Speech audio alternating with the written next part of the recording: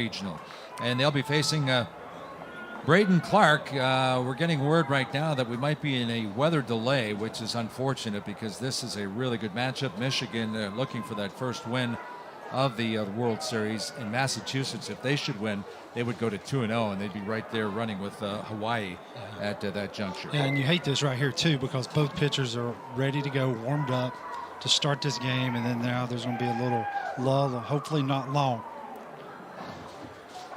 So right now I've got 4:35, and I'm told our producer Braden says at least 5 o'clock, and there must have been some lightning in the air because I don't see any rain as of yet. And of course, lightning pushes it at least 30 minutes. So I'm told it was lightning. There was lightning in the area. So we're going to step aside, and we'll be back around 5 o'clock for this Michigan-Massachusetts game. Keep your fingers crossed because it should be a good one.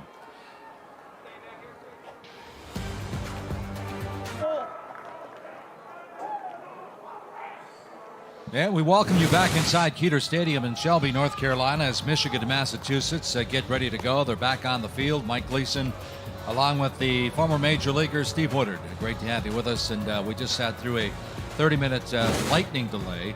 Luckily, the rain has not come. But let's check that Michigan batting order again very quickly. Al Money will lead things off, playing third base.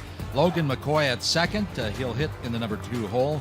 Griffin Clark at shortstop, hitting third, and Avion Rivera, as Woody calls him, A.V. Rivera, he'll hit cleanup and play in right field. They'll be facing Braden Clark. And Woody, what do you have on Braden? Yeah, they're going to be facing a very good pitcher. They're in the regional. Braden, he was 1-0, 12 strikeouts, 12 2/3 innings pitched, .55 ERA, but that 12-1 strikeout to walk ratio, very good. And backing up Braden Clark, let's check that Beverly, Massachusetts defensive lineup. It's Lee Pacheco and Nick Fox on the corners, the double play combination of Nick McIntyre and Logan Petrosino. In the outfield, left to right, it's Austin Foglietta, Tyler Petrosino, and Brennan Frost, with Matthew Blose behind the plate catching Braden Clark. Darren Duncan calling the balls and strikes behind home plate. Jay DeSantis at first base, Michael Fiabani at second, and Perry Ramacone at third base as far as the umpires. And you have something on Jay DeSantis. Yes, his 60th birthday today in West Virginia. Happy 60th. So Jay DeSantis jumping down that first base line, turned 60 today. So congratulations to him. And we are ready to roll. Al Money steps in against Braden Clark, and the first pitch is fouled off.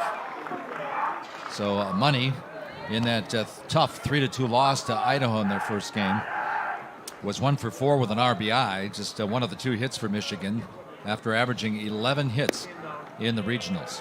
And you got to love this. I had a chance to talk to him last night, and his little Fu Manchu, the guys wouldn't let him shave that. Looking smooth and shaved.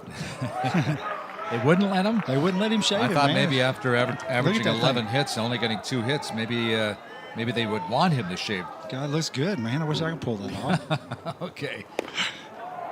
There's a pitch just missing outside. We got 2 balls and 2 strikes.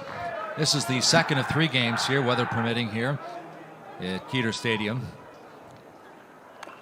Very impressive performance as we raise the curtain on Game 1. Iowa 0-1 knocked off the defending champs Idaho 10-2 as they banged out 11 base hits as they climb into the win column. Now Michigan's trying to do the same here against Massachusetts. There's a chopper on the third baseline foul, and the count remains at 2 balls and 2 strikes.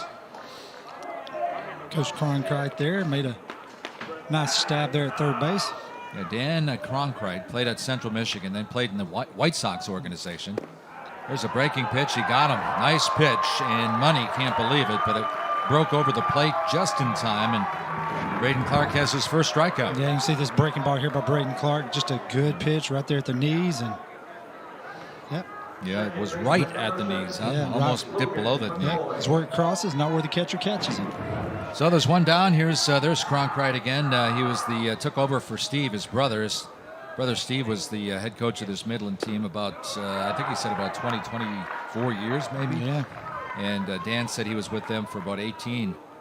And he's here. I actually had a chance to talk to him today on the way to the ballpark, and he was talking about how good of a garden he had this past year and this year. So, yeah, there you go. Well, they've done a great job because this is the 10th year that Midland, Michigan, has been in the World Series. winning it in 2009, I believe. Very good program here. It seems like they're here every year. It certainly seems like it, huh? And you say, well, a team from the Great Lakes is coming. Well, it's got to be Midland, Michigan, I would think. And Dan Cronkite, as I mentioned, played in the Chicago White Sox organization after playing at Central Michigan. He's the youngest brother. He has 6 older brothers, and maybe that's why he became such a good ball player. Here's the 2-1 pitch, and it's a 2-2 with the Logan McCoy, who was 0 for 3 with a couple of strikeouts after hitting 400 in the regionals. 6 older brothers. 6 older brothers, yep. You know you're in the backyard getting better and better facing those guys. Yeah, and I think I got, there's several of them here, I guess, because I got one of them confused with Steve. And Oh, really? yeah, so they all look very similar.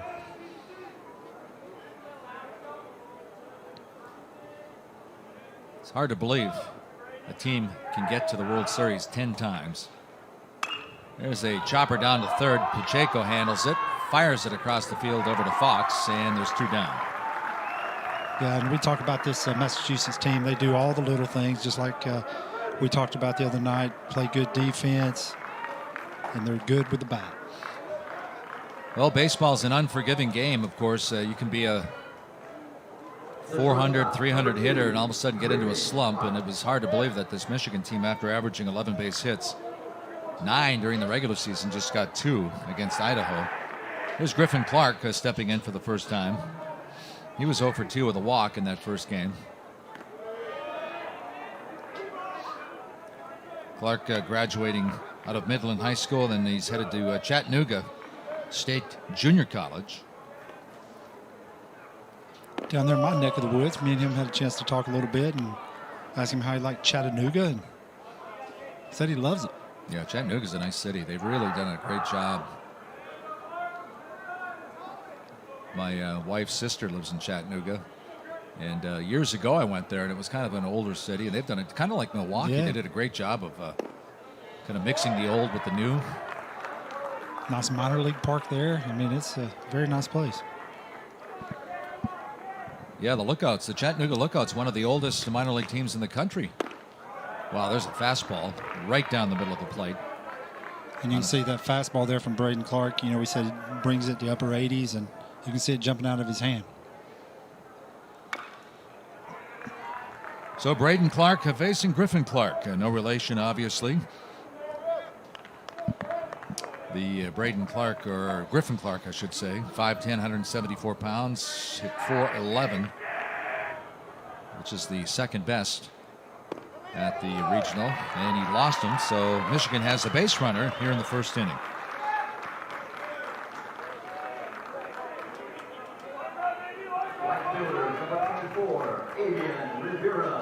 Here's your guy, Avian Rivera, 5'9", 225 pounds, hit .435 in the regionals.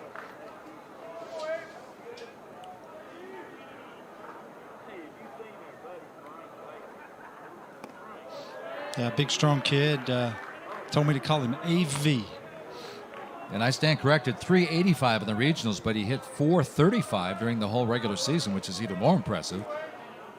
26 RBI. 4 home runs. 0 for 2 with a walk in that first game against Idaho.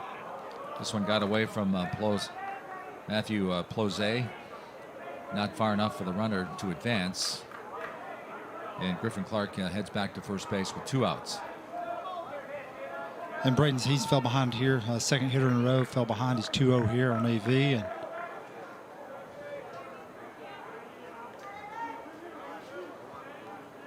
here's the 2-0 pitch. That's in for a strike. Michael Levine, the head coach of Massachusetts, says Clark is tough as nails. Tough as they come. Matter of fact, speaking on the phone, he said, you know what, I can't say enough good things about him. Hockey player, baseball, golf, captain of all 3 of those teams. you know, if you play hockey, you know it's going to be one of those things where you compete, tough guy.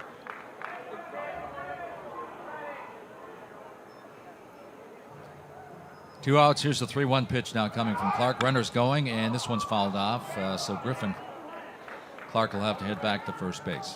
Yeah, good jump. You know, he was on the move, and if it was there, AV was going to hit it.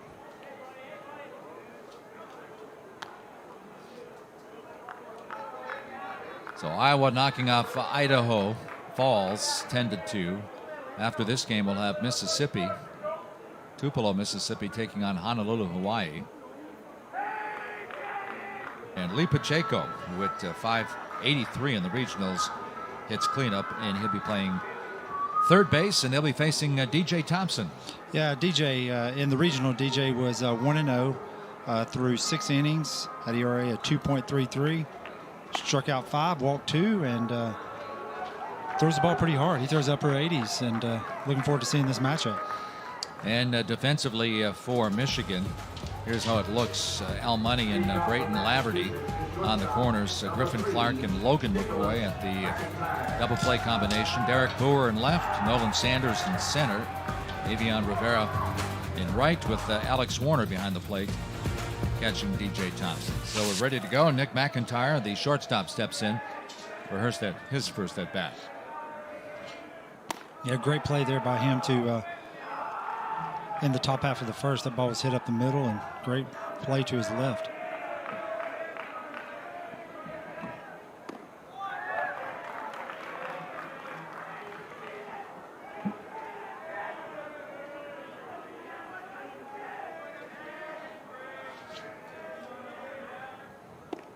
Swing and a miss.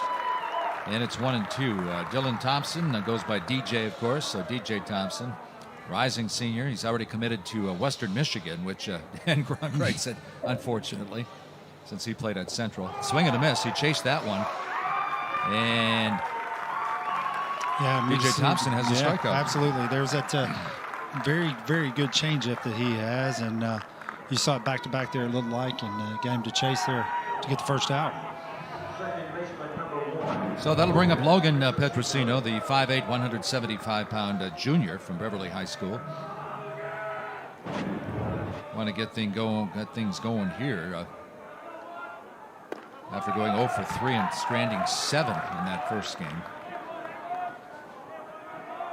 This Massachusetts team, though, as far as butterflies, they had 307 as a team in the first game, and that was the best of the 18 field. They were 8 for 26, left 10 stranded in that 8-4 win over Iowa. Yeah, and they were all over the bases too, and they did a lot of the little things. Wow, there's a quick strikeout, back-to-back strikeouts for DJ Thompson. Wow, DJ's coming out throwing, and there you can see that fastball after showing them early in the count that, wow, that was a changeup. Man, it's going right back to it. So another lefty steps in, and Tyler Petrosino, the center fielder. He was 2 for 4, scored a couple of runs in their first game, so he's hitting 500. You know, Dan Cronkite said Thompson's a good pitcher, not overpowering, but knows how to pitch. And obviously that's more important than anything, knowing how to pitch, but he looks pretty overpowering in his last couple of fastballs. Well, I tell you, I was, after this pitch. Fly ball. It's pretty deep out to right field. Rivera backing up on the warning track, and just in front of the wall, he pulls it in, and they're out of the inning. It's a quick 1-2-3 inning, even though Petrosino made Michigan hold their breath a little bit on that hit. They head for the second inning of a scoreless ball game. The American Legion World Series is brought to you by the American Legion and by North Carolina Tourism.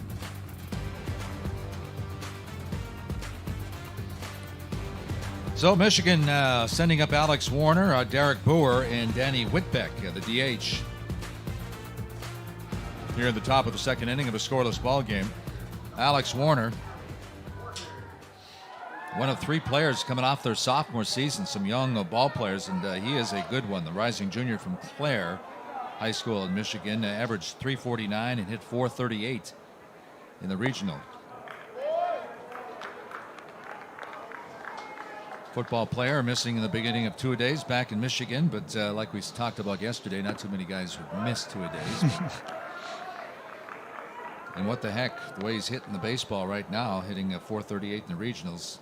3 hits with a couple of RBIs in that regional final.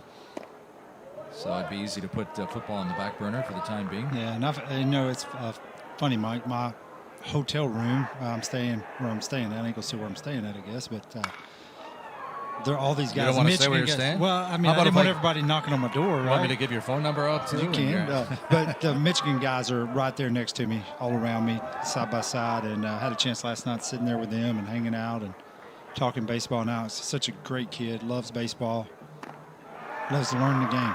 Swing and a miss, another strikeout. So both pitchers with a couple of strikeouts now. Both times Michigan leading off with a strikeout. Al Money in the first, and now Alex Warner here in the second inning. You see that fastball there sinking away and outside just off the end of the bat. So Derek Boer steps in after going 1 for 2 in that first game.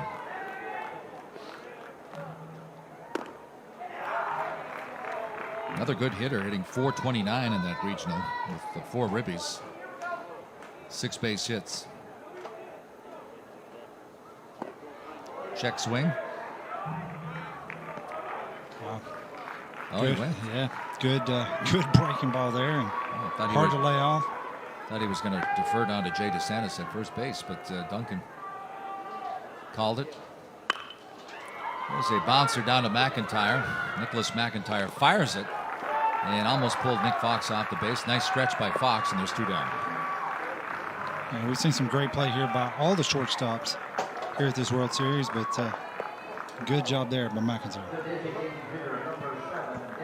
So Danny Whitbeck just graduated from Everett High School.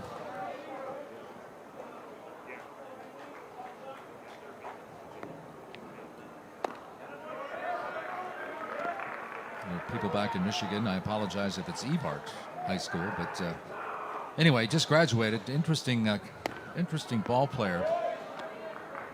On the top in the pitching rotation, but he active in baseball, football, basketball, and right after this pitch, here's a story for you. It was right after Christmas. They were running sprints. He was running with a COVID mask on, and he collapsed, and he stopped breathing. They had to bring him back.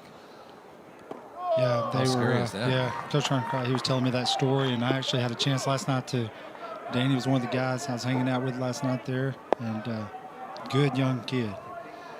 I mean, how scary is that for everybody in the practice facility? There's swing and a miss, and it's 3-2, so it might be a quick inning here for Braden Clark. Michael Levine said he's the ace, and he's certainly showing it so far.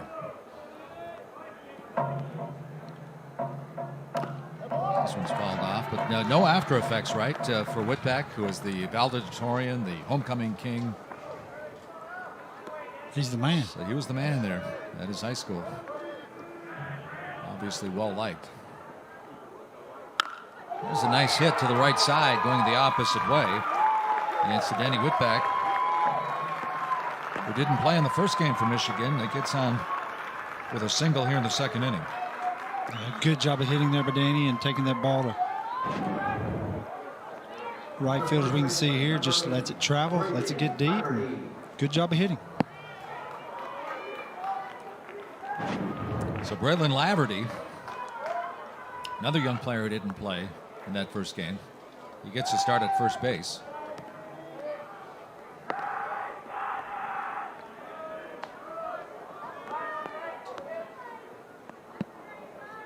He's a senior to be.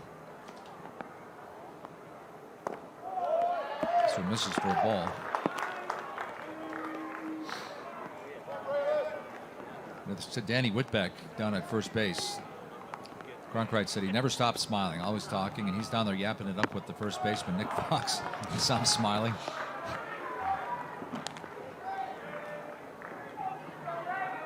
Yeah, that's pretty cool. Some of these guys here get a chance, to staying at the same hotel and have a chance to get to know each other and doing a lot of events together. And, it's just a great event, that's put on here in Shelby. That is cool. It seems like players from all over the country know each other. I mean, back in my day, which is a long time ago, it's like, we're going to play a team from Massachusetts. Exactly. There's a team from Hawaii. There's the Hawaii team right there, and they're pink. Is that what we're going to call it? Pink, I guess, yeah.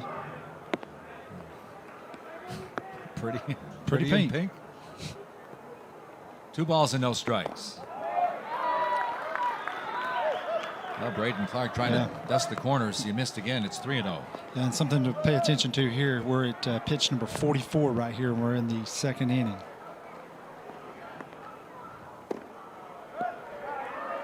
It's hard to believe when they only have one hit. I know, it's very hard to believe. That kind of caught me off guard. 45th pitch coming up. Runners going. Ball 4. Runners on first and second now with 2 down.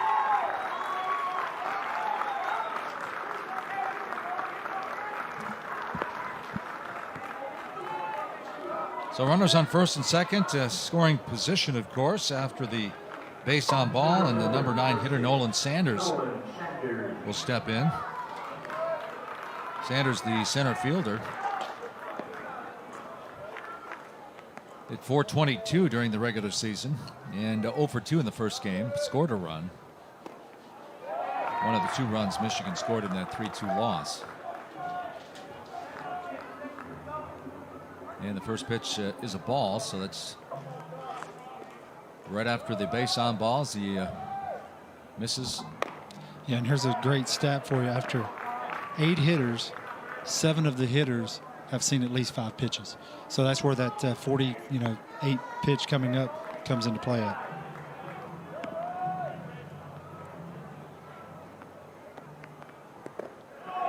I think that's a message from the coaching staff. Be patient at the plate, make him work. I mean, it's hard to do that. The whole Oakland A's philosophy years ago: take all these pitches, do this and that. The Yankees were good at taking pitches and working counts and getting pitchers to throw deep into the, a lot of pitches early. And but man, that's hard to do as a hitter. I mean, you go up there with that philosophy and do that. I mean, impossible for me. Yeah, I want to go hit, man.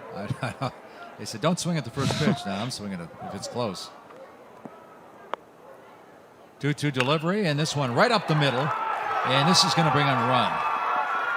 Runners on first and second. We've got a 1-0 ball game as the number 9 hitter Nolan Sanders comes up with an RBI single.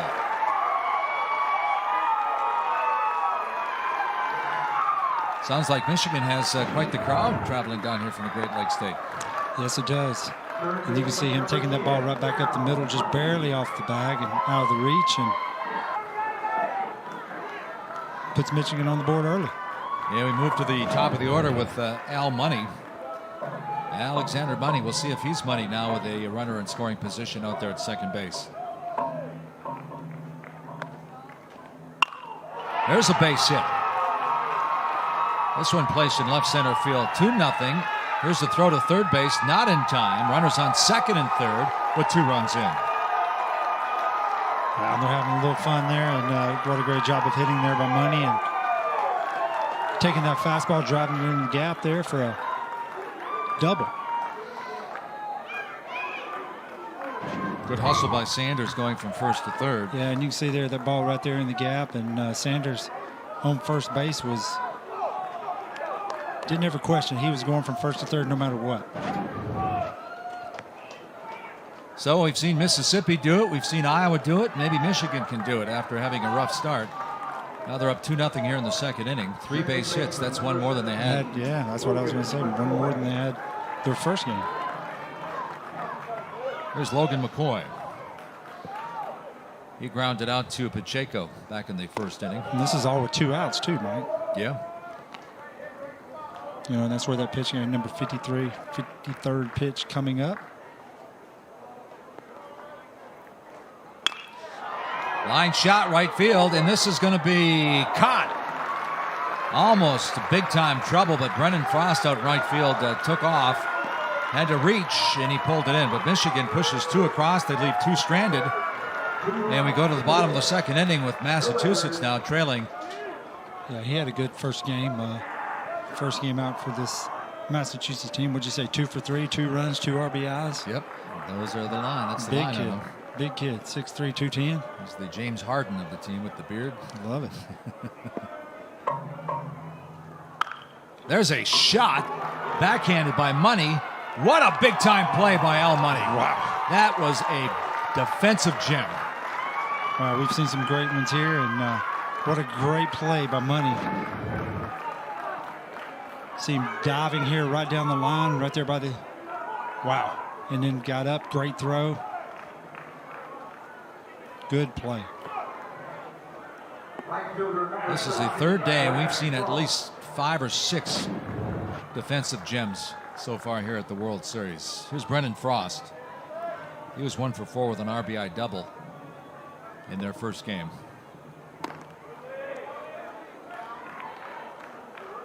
We saw in the first game, we saw a great play by the shortstop, diving and making a great snag. High fly ball lifted down the right field line. Everybody giving chase, and this is going to be out of play.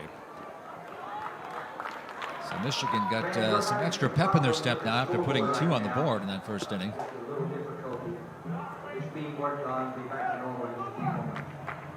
Great effort. McCoy, the second baseman, was over there. Laverty. Rivera came over from right. And they're all there together.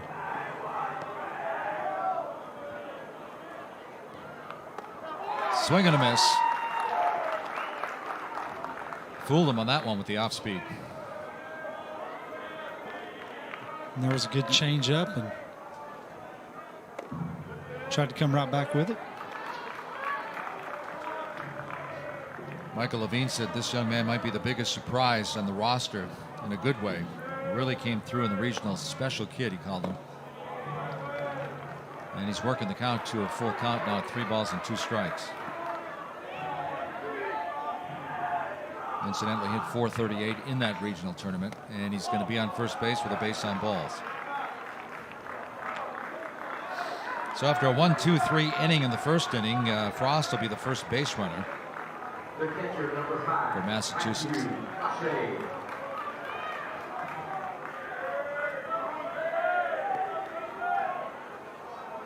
There's Matthew Plozet.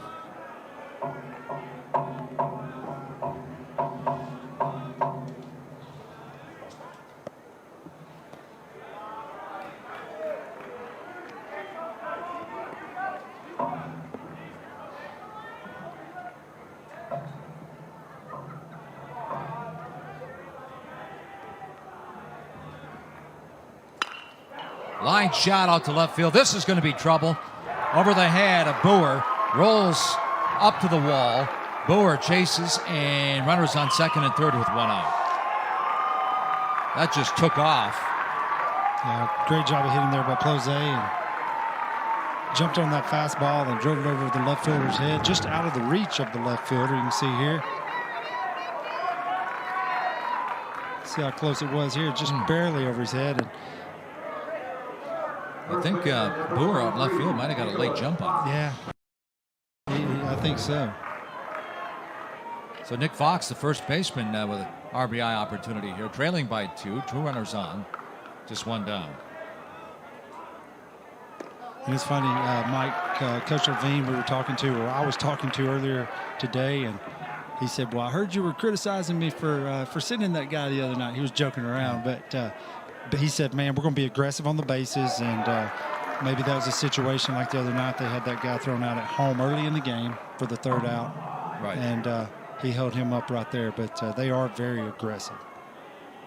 Who was telling you that? Coach Levine, we were on our conversation today, and good man. And, yeah, he was joking around. But like they get after it. They run the bases very well. So the count is 0-2 on Nick Fox. He's had an up and down season, struggled with the plate at times. Wasn't going to play this summer, but he supplied some big hits for the Legion team, according to his head coach. Did pick up an RBI in that first game, but 0 for 3, so still looking for his first hit here in the World Series.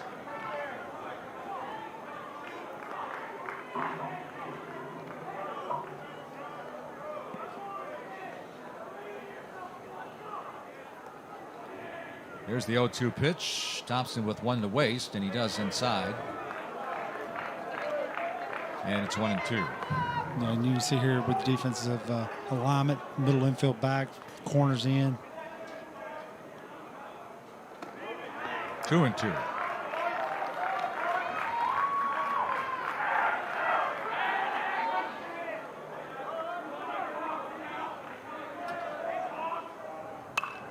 This one's fouled out of play. The count remains 2-2. This Massachusetts team from Beverly Averaged just under 9, about 8.8 hits in the regionals. They had 8 hits in that first game, leaving 10 stranded. Trailing 2-0, they would hate to strand these guys now. Runners on second and third.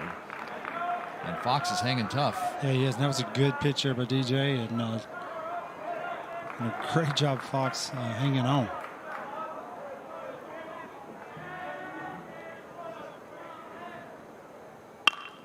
Ground ball, right side. McCoy gathers it in. There's 2 outs, but a run scores. We have a 2-1 ball game. So Nick Fox doesn't get the base hit, but he gets the RBI. Yeah, good job of hitting by Mr. Fox there and getting that runner in from third base. And I tell you what, if the whole infield was playing in, that would have been a hit and 2-run score. There's William Foglietta. Runner at third, chance to tie the game.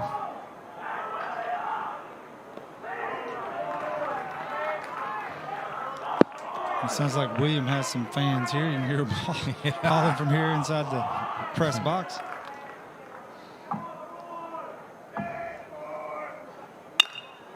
Another hit right side. This time gets through the hole, and we've got a 2-2 ball game. Some good hitting going on as Foglietta has the RBI single.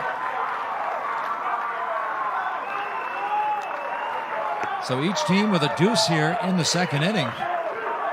Tied up at 2-2. Number 9 hitter Austin Foglietta stepping in right now. Yeah, great job of hitting there, as you can see, and just taking what DJ gives him. And graduate last year from St. Mary's High School. Hit .417 in the regionals.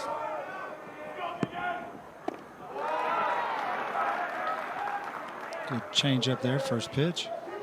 After graduating, he went and became an iron worker, had some time off. He hadn't played ball in a summer, or in a year, I should say, and wound up hitting .417 in the regionals.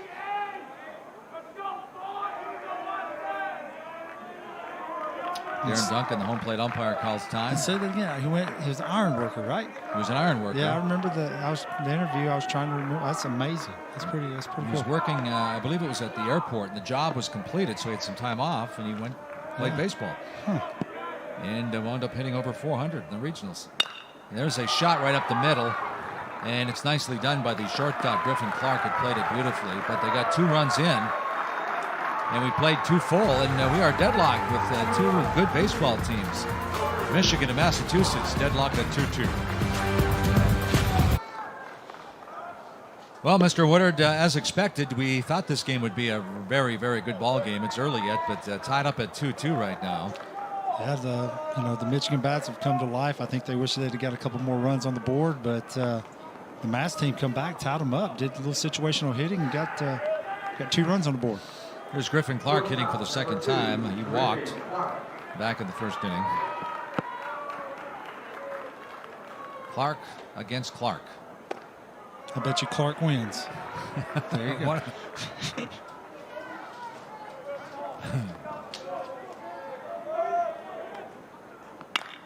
Clark almost took Clark's head off with that one. Sharp single out to center field. This has been a very entertaining baseball game, and it's only in the third inning. Yeah, they've been swinging the bat, both teams, and doing little things.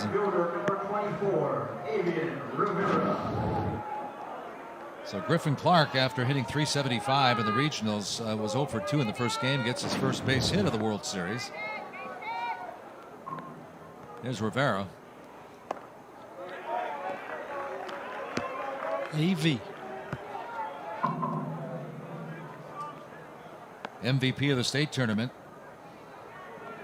Dan Cronkright says if you're looking for an offensive threat, you're looking at him right now in the batter's box.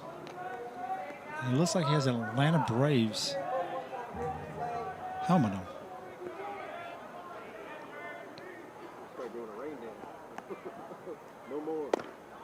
There's a nice pitch. 0-2.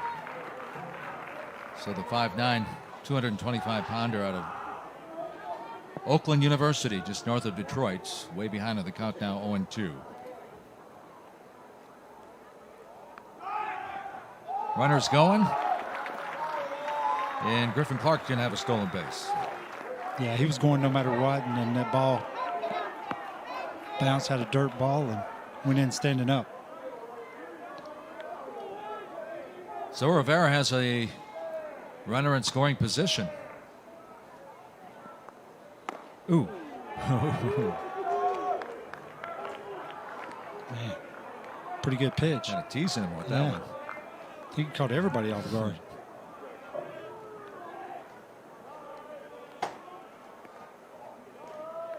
The 2-2 pitch. This one's fouled off. Good fastball, good sinker there in on the hands. Good job of fouling it off.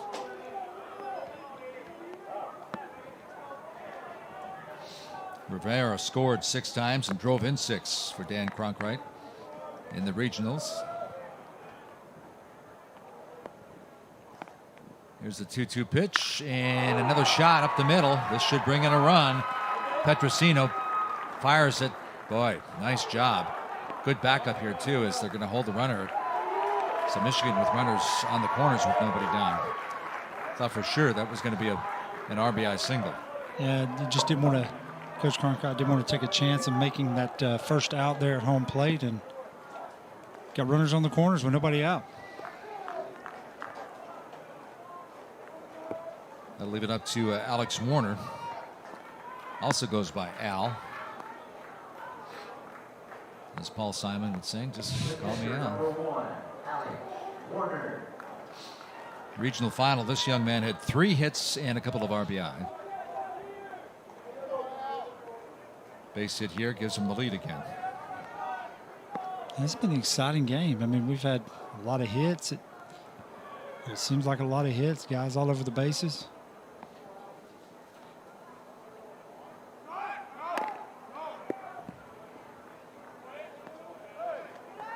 And you wonder how AV took off there, stopped.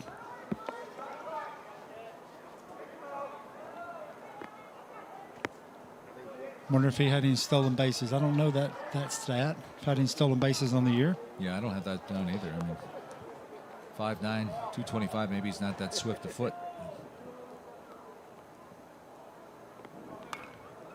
This one's fouled out of play. Back to the backstop, and it's 0-2.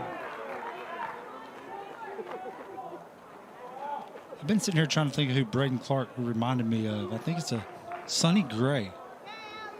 You know Sonny Gray there with the, yeah, reminds me of how he pitches. Another name pulled out of the hat by Mr. Woodard. Do you remember Sonny's 6 killer?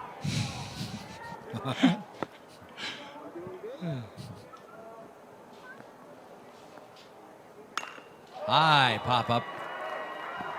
Drifting out there to left field. And the left fielder, Baglietto's over. No way they can make a play, so the sac fly RBI for Warner gives Michigan a 3-2 lead.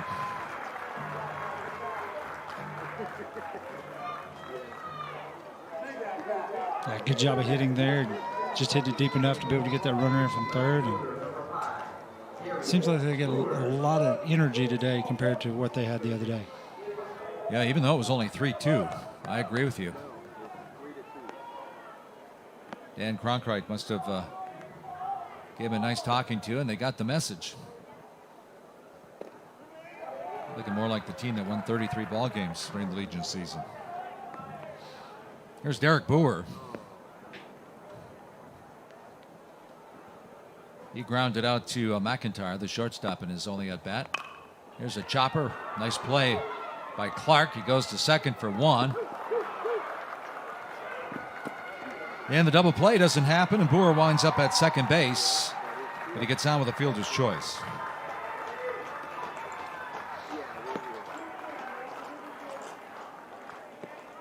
Yeah, good job of hustling down the line. Braden Clark, great job turning, giving a good feed to the second baseman. Just a throw, you can see here.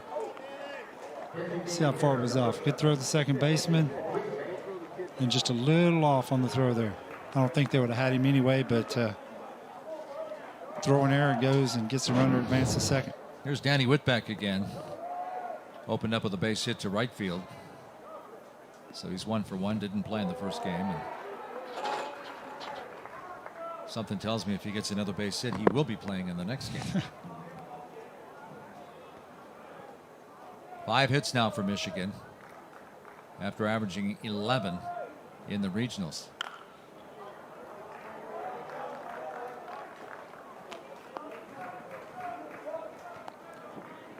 Midland, Michigan, 10th trip to the World Series, 8th since 2008.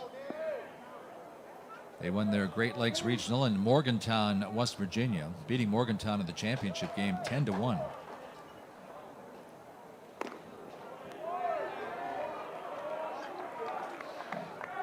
And this will be pitch number 70 for Braden Clark.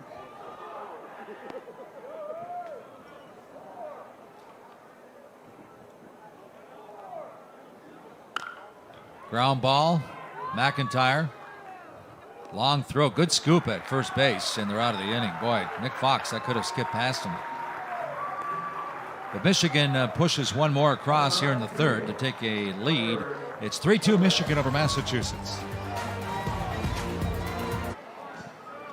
As usual, as we go deeper into the afternoon, more and more fans spilling into Keeter Stadium. Usually by that third game of the night, it's packed in here. And we've got a good one going now. 3-2 Michigan on top. As we go to the last half of the third inning, it's going to be the top of the order. Nick McIntyre, Logan Petrosino, and Tyler Petrosino. The first 3 hitters for Massachusetts. I almost said UMass. Hit me in the arm if I ever. Beverly, Massachusetts.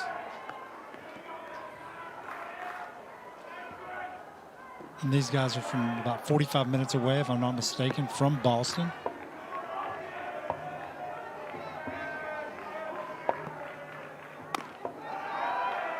And I'm assuming they're not Yankees fans. I'm assuming they're Red Sox fans, right? I wouldn't think so. It might even be dangerous to be a Yankee fan, I guess. Yeah, and coming out here, that's not what DJ wanted to do. Falling behind 3-0 on the first hitter and walking them on 4 straight pitches. Wow. So McIntyre's on after striking out in the first. On with a walk, and Logan Petrosino also struck out. They had back-to-back strikeouts in the first from the 1-2-3 inning, and now Petrosino steps in for the second time.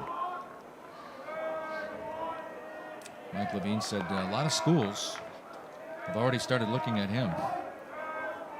Play some college baseball. Another football player, cornerback and a running back, and they defined, or at least Levine defines him as a bulldog, a real bulldog.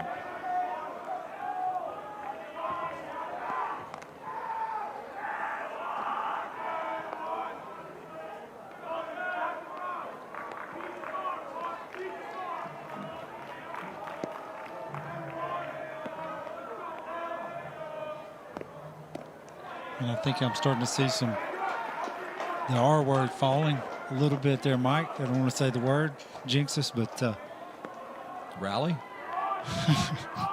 Or the wet little stuff? rain. It looks like it's starting to drizzle a little bit. If you can see there on the cameras. This one jumps to the plate. McIntyre down at second base now with nobody down. Yeah, good job of reading that ball there in the dirt and getting away.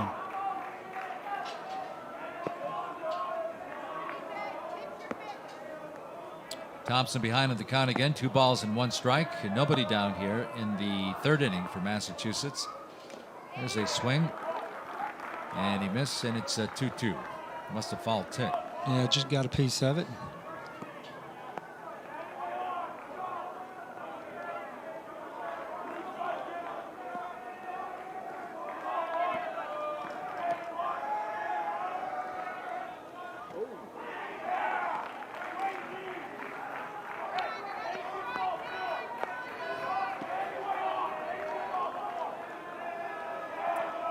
See it raining there a little bit better. Full count. Lost him. Man. Right on first and second. 2 walks already here in the third inning. So Iowa bounces back after losing their first game 8-4 to this Massachusetts team. They beat Idaho 10-2. Idaho had beaten Michigan 3-2. Coming up later tonight, Mississippi from Tupelo takes on Hawaii from Honolulu. And that one, my friends, should be a really good ball game. Hawaii's at 2-0. Mississippi, after winning, they're 1-1. So then it gets interesting. A bunch of teams at 2-1. So Sunday's going to be a very interesting day here at the ballpark. Yes, it is. Yeah, I'm looking forward to that one later tonight.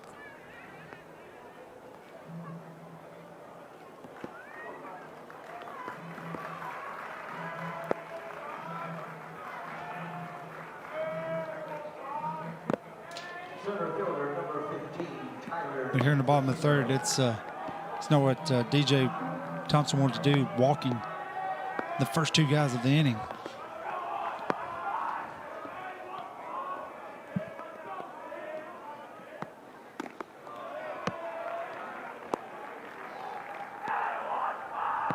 Tyler Petrosino flew out to the right fielder, Avian Rivera, and is only at bat after going 2 for 4 in that first game.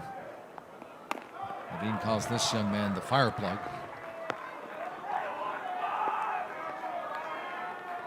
And the team's not playing very well, and they need a meeting. This is the guy that will open up that meeting. He'll organize it.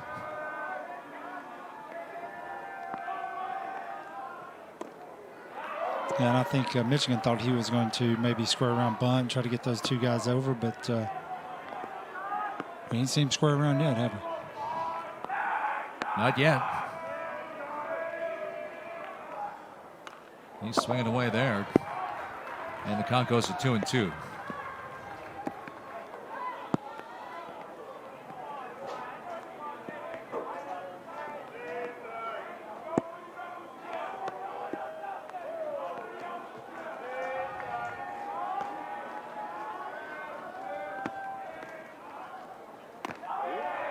Wow. Tough pitch there, a little high. And Michigan's already got somebody warming up. I think Brody Krezak down in the bullpen.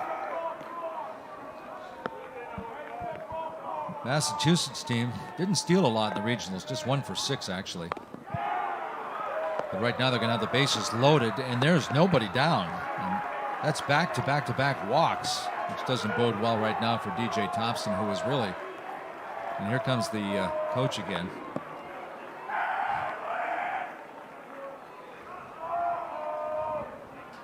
That's Darren Gross.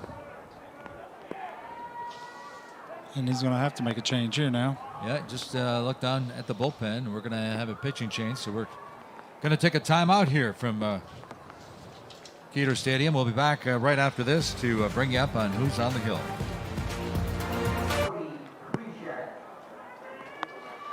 So Michigan goes to the bullpen here in the third inning with nobody down. Brody Krezak coming in. Yeah, and in the regional, Mike, he threw 3 1/3 innings. Didn't get any decisions. Didn't walk any. Well, he walked one guy. Didn't have any strikeouts, and the opposition hit 273 on him. So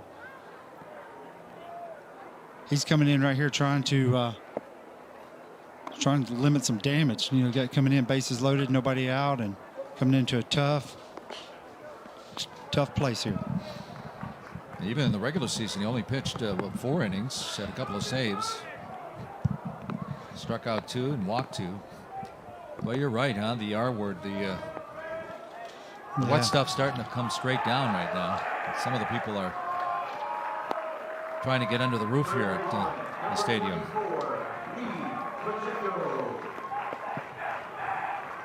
One of the big hitters coming up right now, Lee Pacheco, stepping in right now with the bases juiced.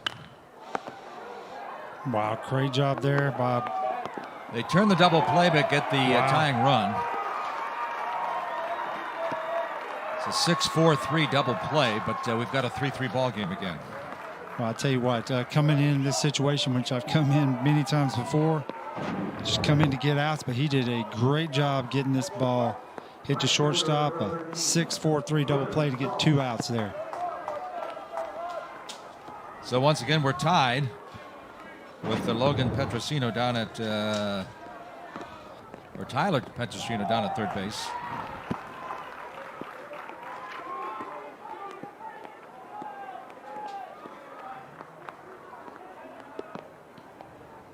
I tell you what, for what little we have on him, he's coming in throwing strikes and going right after him.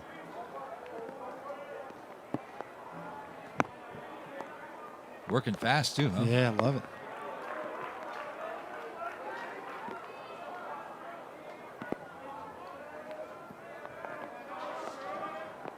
2-1 pitch. Skips one to the catcher. Al Warner does a nice job of blocking that one with a runner down at third base.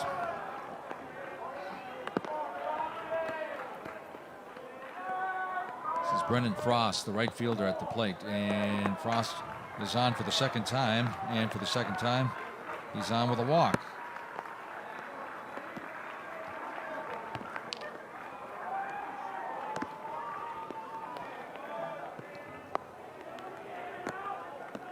So with 2 down, runners on the corners now. Here's Matt Plose.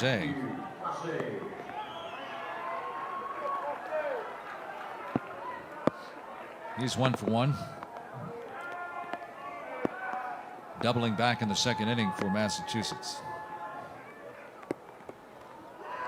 Just in. Oh, geez. Just a bit too far there, and got him maybe on the elbow. So it's going to be up to Nick Fox, who picked up a RBI the last time with grounding out to the second baseman, but drove in the run. First baseman number 23, Nicholas Fox.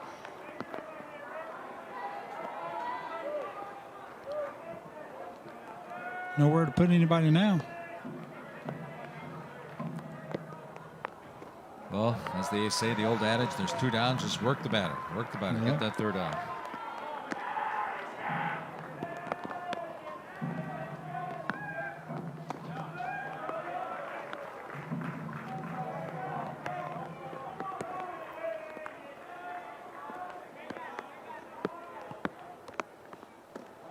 There's a nice pitch. Breaking ball in for a strike. It's 1-2. 2 outs. All tied up here at 3-3 in the third. Both teams scoring 2 each in the second. Came back with 1 each in the third. But Massachusetts third's not over yet.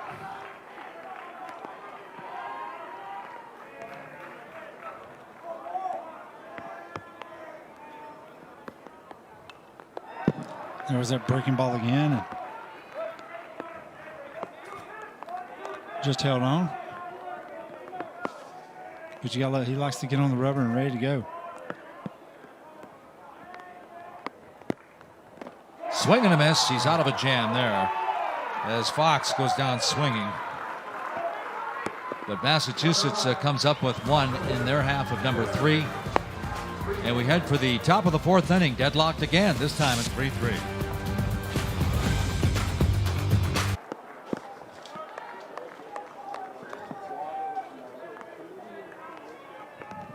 So Clark is ready to go to work to Laverty, and the first pitch is low for a ball. And Cronkite says if anything that really stands out about this team, it's not a surprise, but maybe maybe a little surprise is the grit of this team. They fought their way out of the losers bracket in the state tournament, never looked back.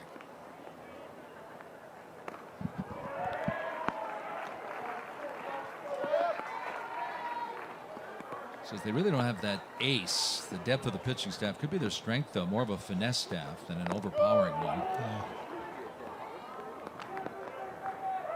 They certainly did a number on Morgantown in a 10-1 final in the regional championship.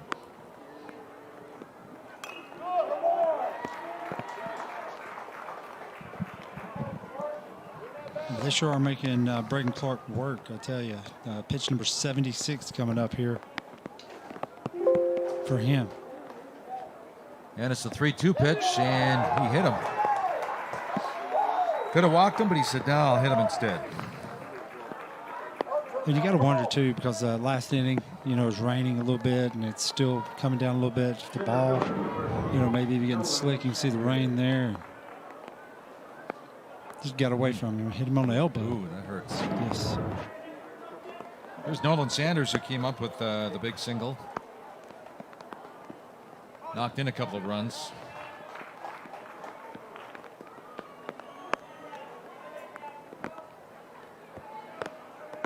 Or I should say, yeah, he knocked in both Whitbeck and Laverty, so he did knock in a couple of runs, and the other RBI went to Al Warner, the catcher. I'm not sure what he Nolan's trying to do there. Like he's maybe trying to bunt. He backed out of the box a little bit.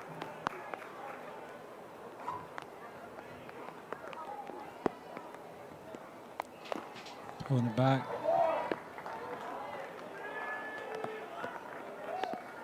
Two balls and one strike.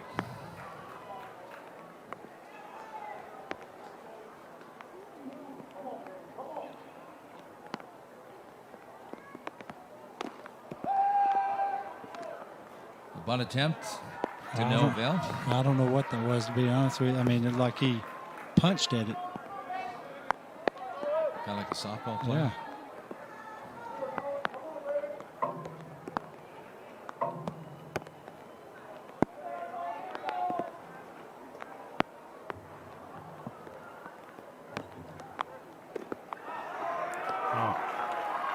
Got him looking. Third strikeout now for Braden Clark. It's one down as we go to the top of the order with Al Money. Yeah, it looked like a fastball just right down the middle, it looked like, and it's right there on the outside corner. Boy, just caught that corner. So Money struck out and had an RBI single in the second.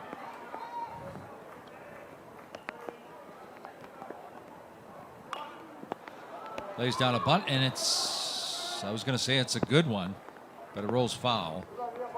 And so Alexander Money will have to come back and do it all over again.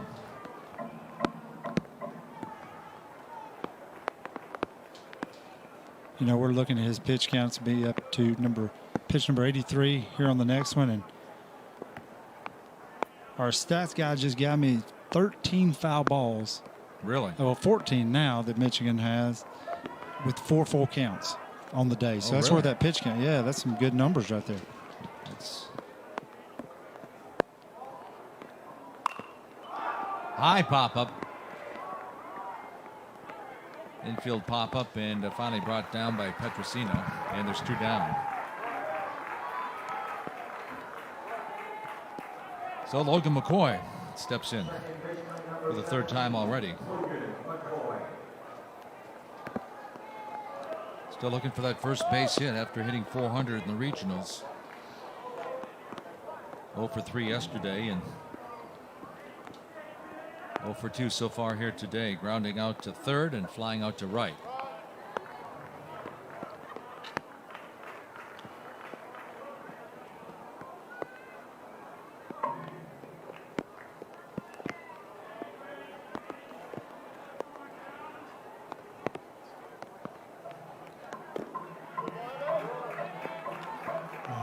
Braden Clark, he wanted that pitch there. It was a good slider just off the plate.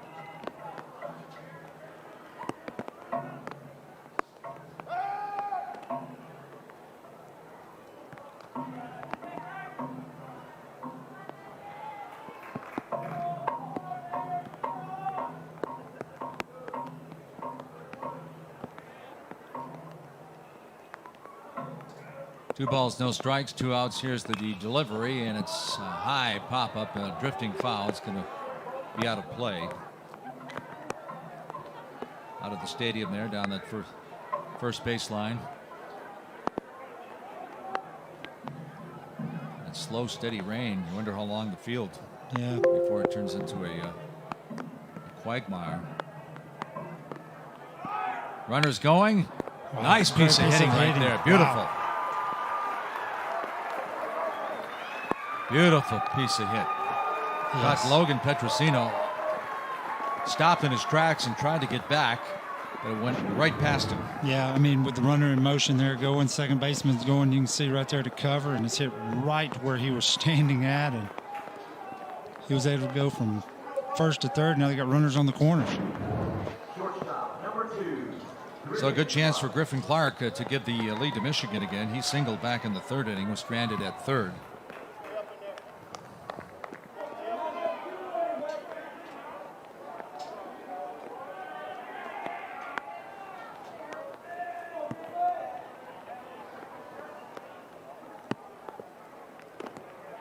Slow breaking ball in for a strike against Griffin Clark.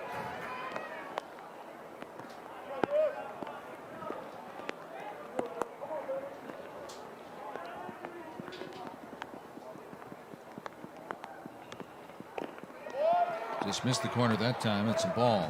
And threw that breaking ball first pitch, got ahead, and then tried to go a little further out off the plate with that one, and evens it at 1-1.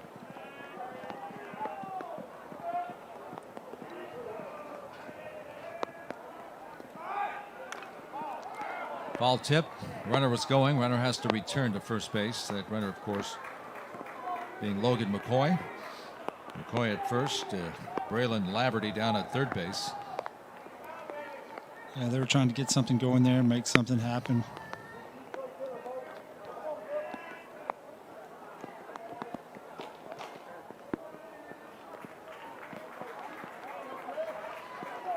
Not what you like to see at the ballpark, huh? No. The umbrella's coming out.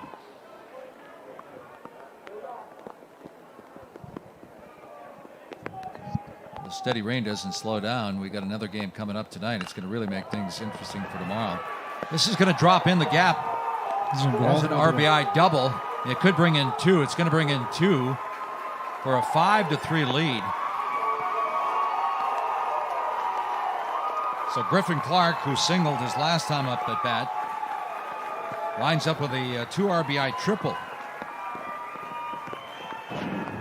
Yeah, and you can see Griffin Clark here taking this fastball up and away into the gap, gets all the way to the wall, driving in both those runs to, like you said, give Michigan a 2-run lead here. So Clark, who led the team with 44 ribbies during the regular season, knocks in 2 big ones right there, and it's 5-3, 5-7-0 now for Michigan. And here's Avian Rivera stepping in with an RBI opportunity, runner just 90 feet away. He singled in his last time up.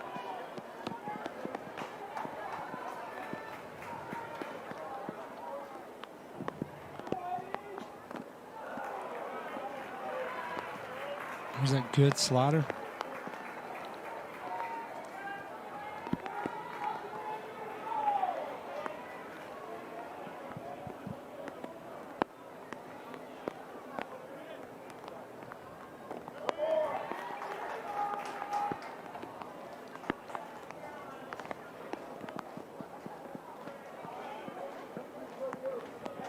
I wonder if he's going to go back to that slider. Here's the 1-2 pitch, 2 outs, and this one's fouled back to the screen. I went with the fastball.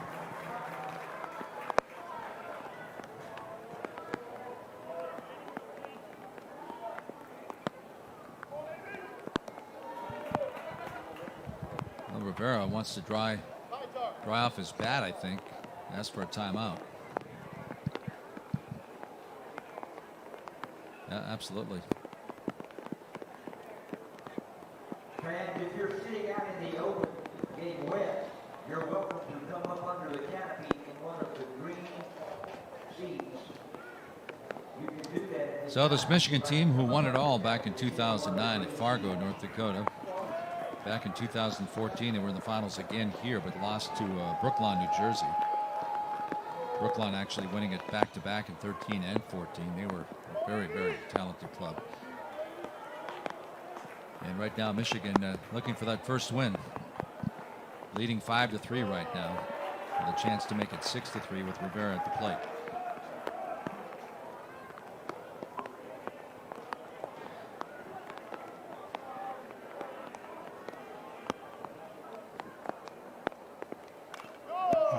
Good cut.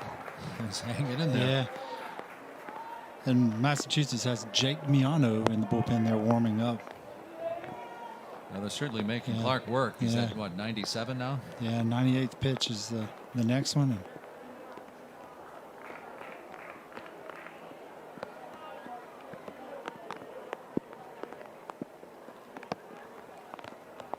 Here's the 2-2 pitch. Count goes full. 3 balls, 2 strikes, 2 outs.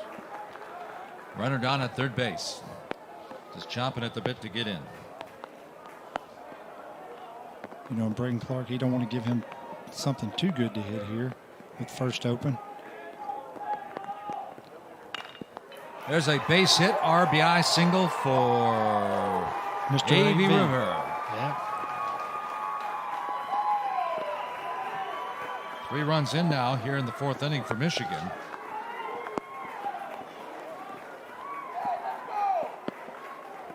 And that'll bring up Al Warner, the catcher. Yeah, and you see this breaking ball here. It looked like hung up in the zone. AV just took it right back up the middle for a base hit.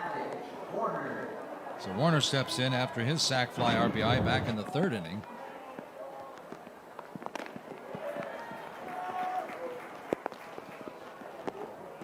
And that was pitch number 100, Mike. Well, we won't see him after this inning, right? Here, American Legion World Series, or in American Legion in general, you can only go max 105 unless you reach that during the hitter. Then you can finish that hitter. Been stuck with 2 outs for a while right now. Here's the 1-1 delivery. Yeah, and what's crazy about it is the last time that Michigan put some runs on the board, there were 2 outs also. So all their runs, which we'll find out, we'll get somebody to give us that number, but their runs have been coming with 2 outs. Breaking ball just misses that inside corner. Warner thought about it.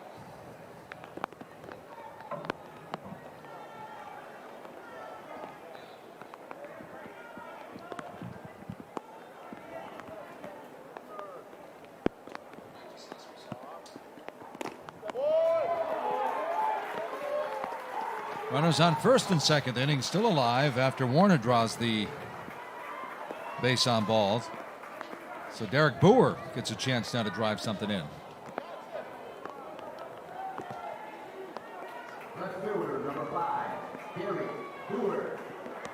And here's a great stat for you, Mike. 5 RBIs with 2 outs, and they're hitting 6 for 9 with 2 outs, which is .667.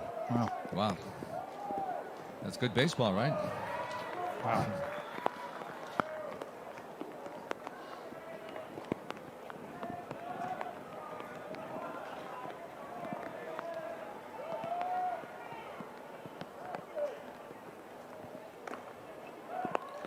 So Boer out of Bullock Creek High School, now playing at Saginaw Valley State, a Division I program.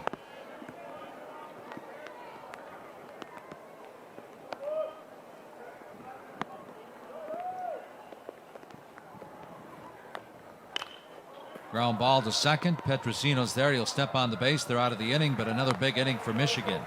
3 more across for this Midland, Michigan team. And we go to the bottom of the 4th inning. In the rain, Michigan's up by 3 now, doubling up 6 to would have cleared anyway. So the first batter here is William Foglietta. He had an RBI single last time up. He gets hit in the arm. Right in the elbow. And you know that hurt. So I think you're right about the rain. Because right now, Brody Krzyzak seems like he's having a hard time. I was watching him warming up in between innings, and he threw a couple over the catcher's head. Yeah. And you see Foglietta, man, that got him good. Square on that elbow, and it is hurting.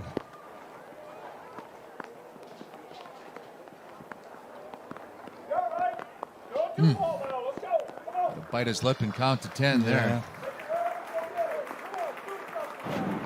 So this Massachusetts look team. at that pitch here, Mike. Look where it gets him at right here. Bang, right on the back of the elbow right there. Man. Breaking ball comes in on Austin Foglietta. Hitting at the number 9 spots, and then we go back to the top of the order with Nicholas McIntyre. Little bouncer, good double play opportunity here. 1-6. And once again, we see a wild throw trying to turn the double play. And a great job backing up over there at second base. Yeah. As the catcher, Warner, ran down there, and he was going to fire it out to the left fielder.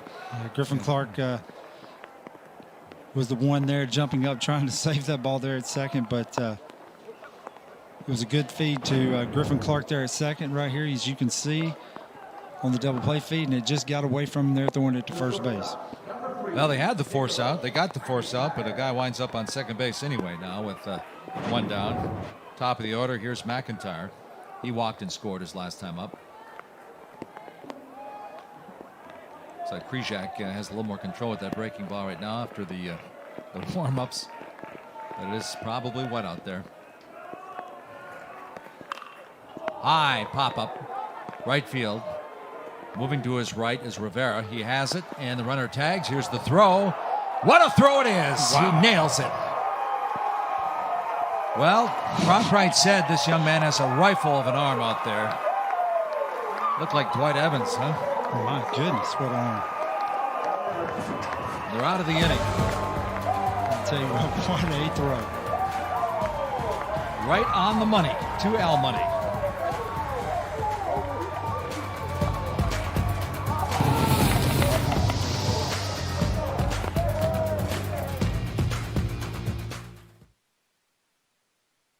Hear the waves? It's the first that stay with us. They make our hearts race, our eyes widen, our hands sweat. The lines of our smiles deepen in our cheeks. The magic of experiencing something for the very first time never gets old. Come, experience firsts that last in North Carolina. We are family. We are music. We are creative. We are active. We are community. Welcome to Shelby. Welcome to Shelby. Welcome to Shelby. Welcome to Shelby. The American Legion World Series is brought to you by the American Legion and by USAA.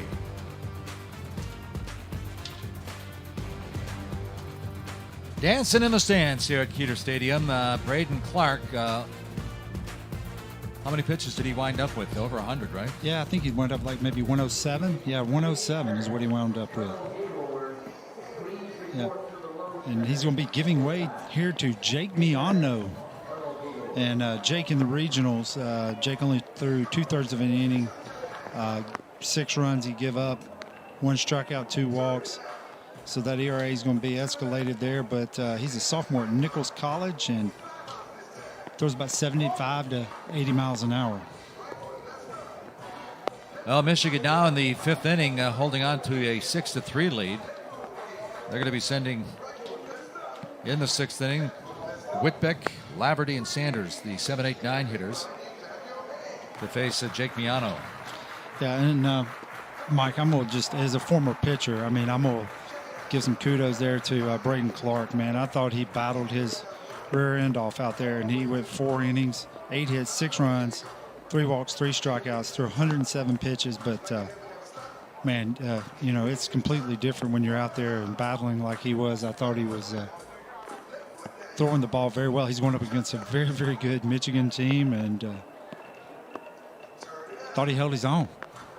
Yeah, the pitchers duel we saw with Idaho and Michigan, these look like different Michigan bats right now. They have 8 base hits already as we go to the 5th inning. Yeah, they only have, 2? They had 2 hits the other night. And, 2 hits you know, all day. Yeah, and they've got 8 now. And well, Miano's warmed up. He's ready to go. So Danny Whitbeck is ready to step in.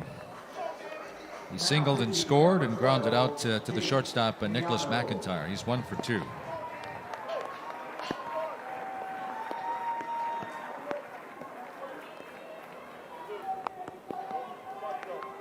Designated hitter number 7, Danny Whitbeck.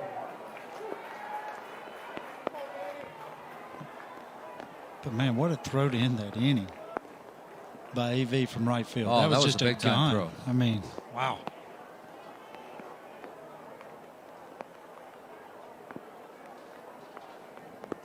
I said because you had mentioned the Boston Red Sox before, I mentioned Dwight Evans at right field.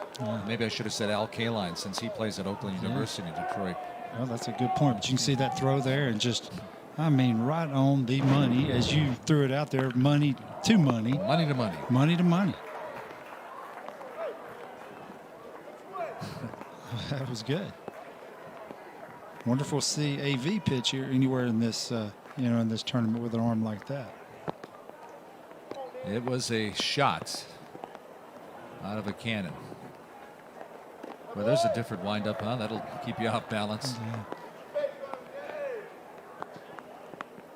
Kicks that leg up, and it's almost like it counts to 2. Slowly. throws the hitter's timing off. Well, right now, Miano's having a hard time keeping his hat on. That's the second straight pitch that hat fell off.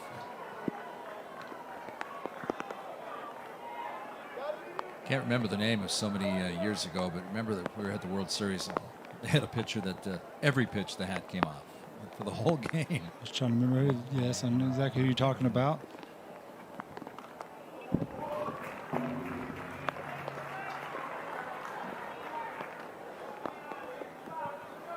You can see the catcher there. You could see him reaching and trying to get his hand dry. And you got to wonder how much, how big of an effect it has on the pitcher gripping the ball right now.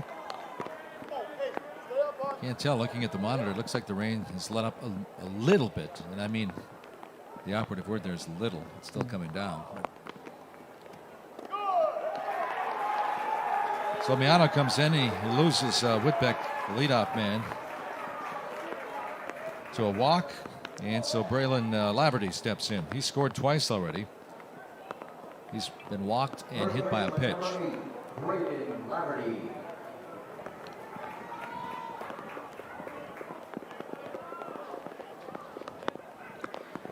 I'm not sure what's going on here. Miano's talking to the umpire second base, Mike Fiabani.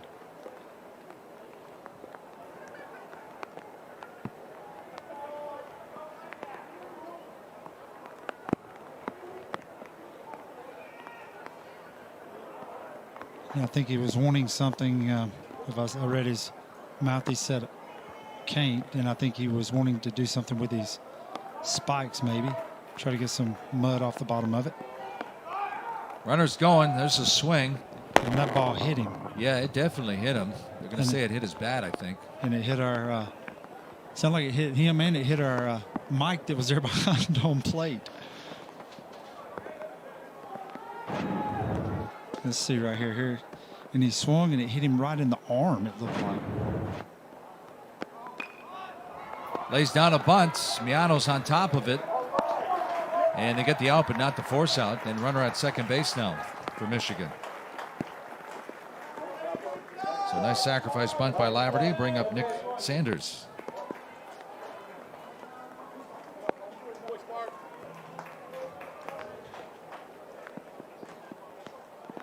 So Sanders with an RBI single back in the second inning and a strikeout in the fourth. He's 1 for 2.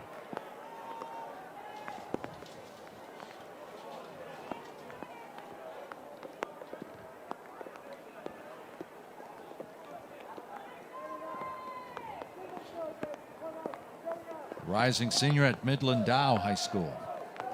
Cronkite says a very versatile athlete.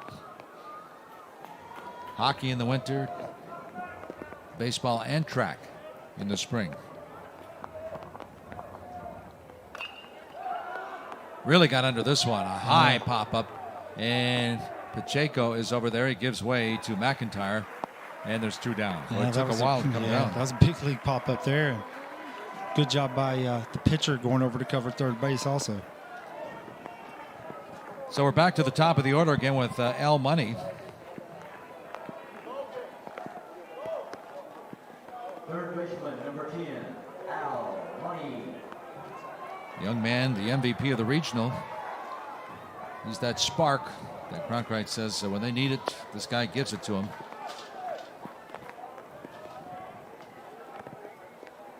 And he's hit with a pitch. Breaking ball that got away again. And couldn't hurt too much. That was a slow breaking ball. I think the rain has affected Miano. Yeah. Definitely. And I don't know if it's affecting him more with his shoes than it is with the ball. It looks like he's slipping a little bit. But that ball jumped out. And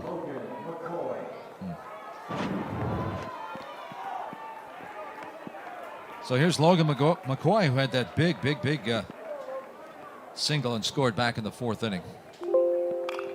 There's a shot foul just past third.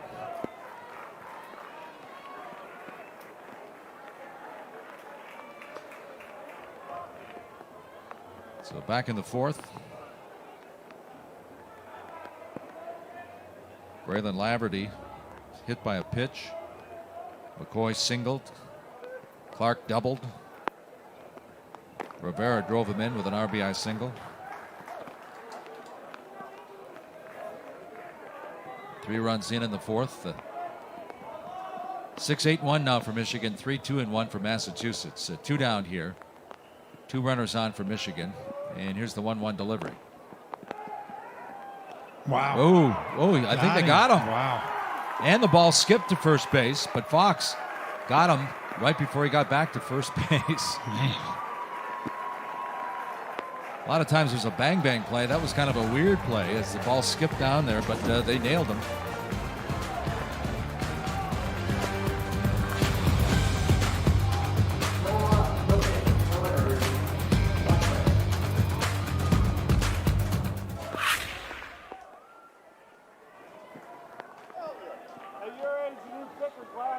Well, look inside that Massachusetts dugout right now. They trail by 3 as the clock is ticking, as they say. Of course, there's no clock in baseball, but we're moving to the bottom of the 5th inning here with Logan Petrosino followed by Tyler Petrosino and Lee Pacheco.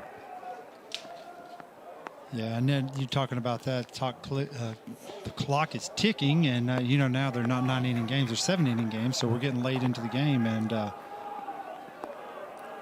they got to do some scoring if they're going to catch up. This one gets away from Krzyzak, and it's ball 1.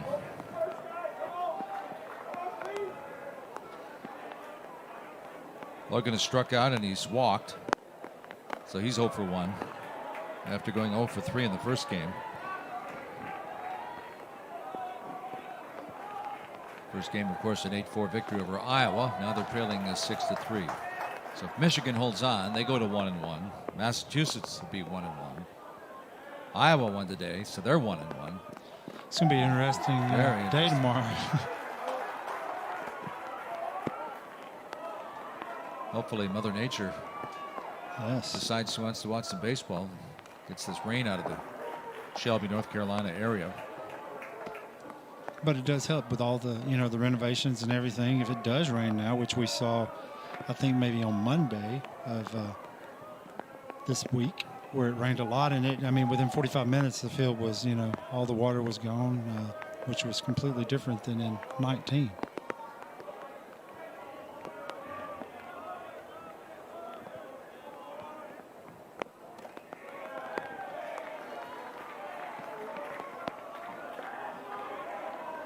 Count is full now. 3 balls and 2 strikes to Logan Petrosino. Krzyzak swinging a miss. He's got him on strikes here in the 5th. Very good slider there, down and in, and very tough pitch to handle for a lefty when you get it in on the hands like that. Krzyzak, only a rising junior from Bay City John Glenn High School, so just finishing his sophomore season. And you noted earlier, and he does like to work quickly, work fast. Always enjoy a pitcher who doesn't mess around out there on the hill, just get the ball and throw it again. Here's Tyler Petrosino. Fly ball, this one's headed to the gap. It's going to be trouble. It drops in, and all the way to the warning track. Sanders tried to cut it off, and with a stand-up double now is Tyler Petrosino. Yeah, good job of hitting there, driving in the left center gap, and got all the way right there to the edge of the warning track, and got it back in, kept him to a double. But you can see it skip and jump past him, and good job of hitting.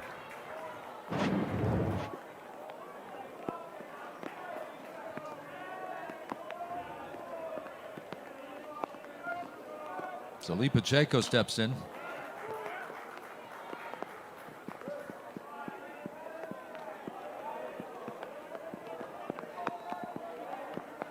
Graduated last year from St. Mary's. I believe he headed to a Northern Essex Community College.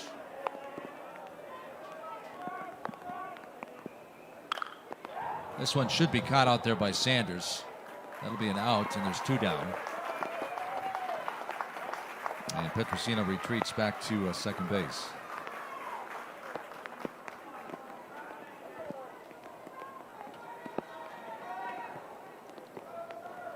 So here comes Brennan Frost. He's walked twice, got stranded at third, and then stranded at second base. And made a great play in right field to save 2 runs also. Absolutely. Earlier in the game. Goes the opposite way, and this one's going to drop in, possibly with the RBI single. Here comes the throw. It's cut. Oh, the runner goes back. It was cut off in the infield by Money. And look at the little conversation going on with the third base coach right now. That'd be Mike Levine. Yeah, Mike was holding him up, and he kept on going and kind of got caught nearly in no man's land. It's a good thing nobody was standing on third base.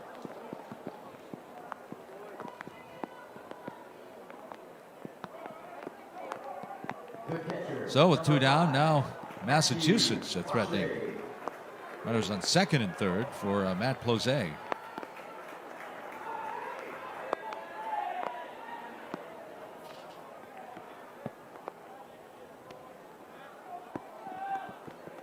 Breaking pitch just missing for a ball. Plozay has been on twice as well. He doubled back in the second inning, then hit by a pitch in the third. So steps into the box for the third time today. There's a nice pitch in for a strike. It's 1-1.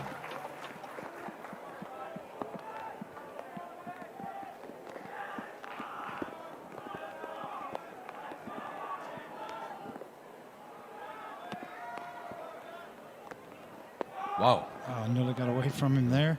Warner did a great job of scooping that one in. And for a second, Petrosino down at third base thought it was going to go back to the backstop.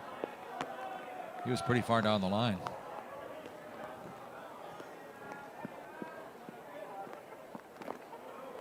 This one's up high. 3-1. He walks him. We got the bases juiced for Nick Fox.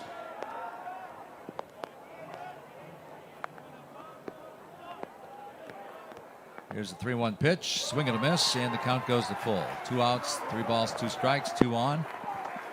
Down by 3, 6-3 here in the 5th. And the runner on first there will be in motion going with the pitch.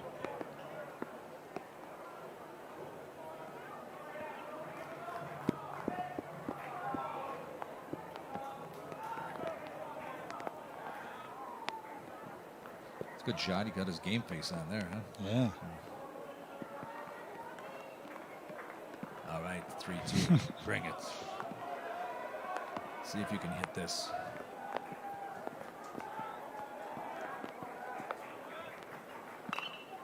This one's out of play, so we'll live to see another pitch. Good job there finding that pitch off.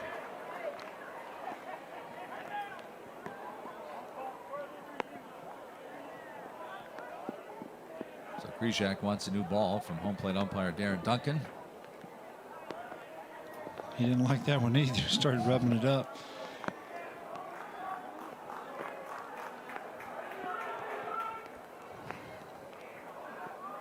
I don't know how you major leaguers work with so many balls. I liked the old scuffed up ones. There's a high pop up. Al Money is under it, camped under it. Oh, nearly popped out, man. All right, 6-3. We played 5 full. Back with the 6th after this. Al Money got things going for Michigan in the second inning with this RBI up the middle. Yeah, and from there, it's been Michigan's bats have been hot. You know, they started coming alive, and there you see Money with that drive to the left center gap and bringing in some runs. And their Mass gets on the board with 1, and the Michigan bats haven't stopped yet, have they, Mike? No, 8 hits, 6 runs, 8 hits. And they head for the 6th inning with a 6-3 lead now. Take a look at the recap. Thompson started. He went 2 innings. 2 hits, 3 runs, 2 strikeouts, 4 walks, and Griffin Clark with that big 2 RBI triple. Yeah, Griffin Clark is big RBI triple, 2 RBI triple for him. So, and then Rivera with a couple of RBIs for Michigan. And Michigan's up 6-3 as we go to the 6th inning with Michigan at the plate. It's going to be McCoy. because Money was caught at first. So McCoy comes back into the batter's box to lead things off, followed by Clark and Rivera. The second baseman, number 17, Logan McCoy. He singled and scored back in the 4th inning. His first base hit of the World Series. Fly ball down the right field line, drifting out of play, and it's 0-1.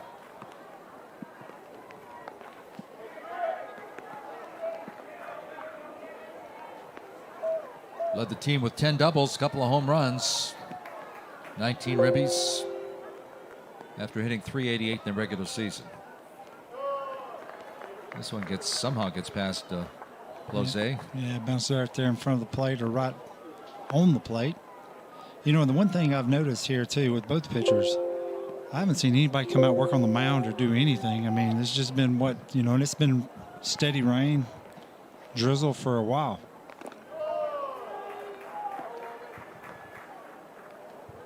Yeah, it's still raining out there, too. Yeah, and you look there behind. I mean, you see the mud, the clay caked on his shoes.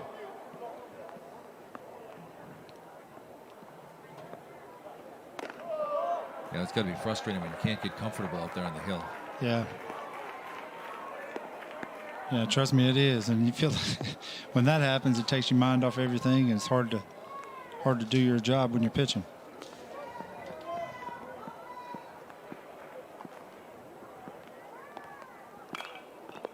High pop up right side. Nick Fox is drifting over by the dugout, and he is there. And he finally has it. Almost lost it, but there's one up and one down here in the 6th. Yeah, hard to look up. When you're looking up, you got raindrops coming down in your eyes, and it stayed with it. And we can see here, look at this here, it reaches back, and wow. So here's Mr. Clark, Griffin Clark, who had that huge RBI triple.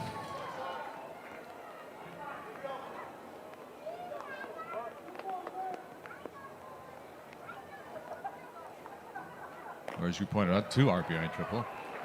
Yeah. And a big 4th inning for Michigan.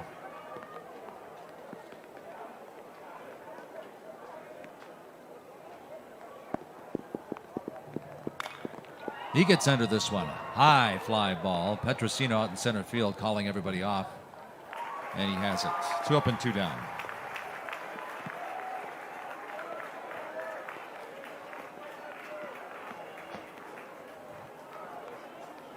Here's your buddy A.V. Rivera. Singled in the 3rd, had an RBI single in the 4th. And that big throw from right field. So he's had a pretty good game here. Yeah, the defensive play so far.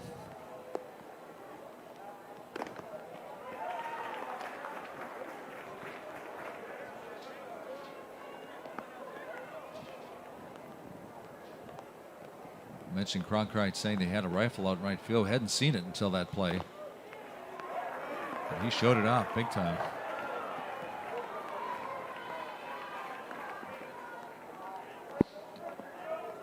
.435, led the team in the regular season. Also was 4 home runs, number 1 in that category.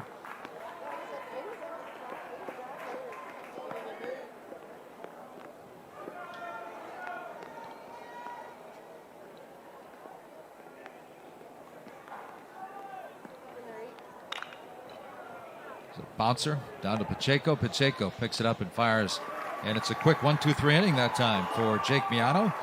And we played 5.5 and nothing across for Michigan, but they still are up by 3. Good point. It's never over till it's over, right? Exactly. And that's what Nick Fox feels. Nick Fox stepping into the box right now to face Krzyzak, and it's a swing and a miss for strike 1.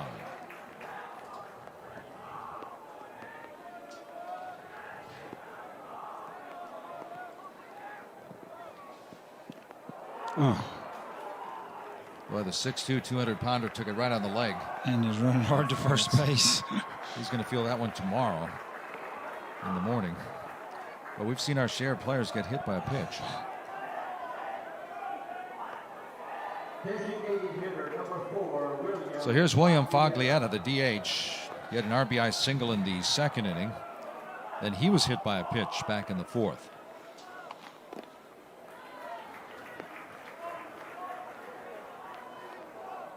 Yeah, it's up 6-3. Yeah. All it takes is one bad inning, and that can change. Or one good inning, I should say, for the Massachusetts team. Yeah, and you got to go back and remember there with the bases loaded coming in, and with with nobody out, and being able to get that double play ball and get out of that with minimal damage. That's what's kept Michigan in this game. Krishak coming in doing a great job. It's kind of interesting because he has done a great job, but some of his pitches have wound up at the backstop. And I know people wonder at home, how can you, I guess it goes back to that movie you ever seen, Bull Durham, where you throw it and he hits the mascot, and then the next pitch he throws it down and away for a strike. And wonder how you can do that, but some pitchers do that. This one's a little high for a ball. 3 balls and 1 strike now. You got to wonder here too, Mike, how Dan Cronkrite, how much further he will go here. This will be pitch number 44, but I think they got some people warming up in the bullpen down there, so we'll see. Mike Levine, the head coach, he's down at third base. He played ball 2 years at the University of Maryland. There's the bullpen for Michigan. Number 18 there, and it's a family affair too with Levine. Mike Levine, the head coach. They have Zach Levine, and they have Matthew Levine and Eric Levine.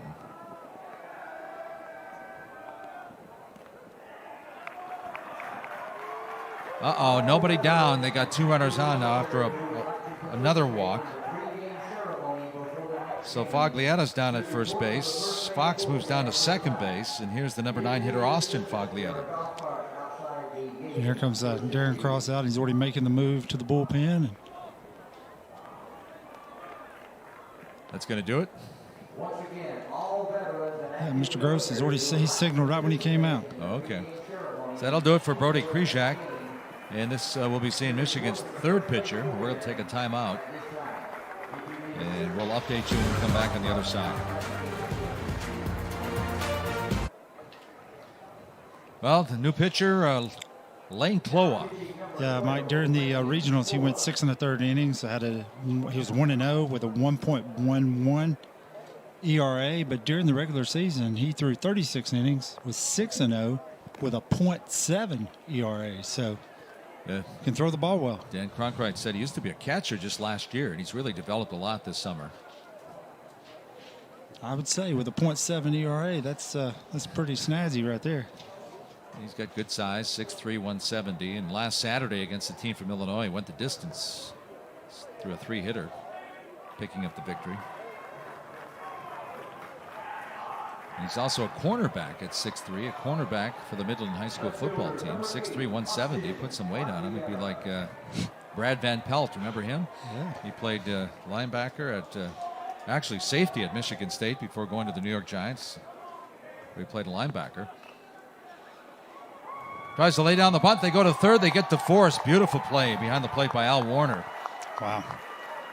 Al jumped out there, right up to him, and had everything in front of him and saw he could get that guy at third, and it was right on the throw, right on the money to money. Yeah, you can see it just right there, bare hand, and as we said, stole your line, right on the money to money. That's all right. You can have it. So they move back to the top of the order with 1 down. The force outs leaves runners at first and second. Here's for Nick McIntyre.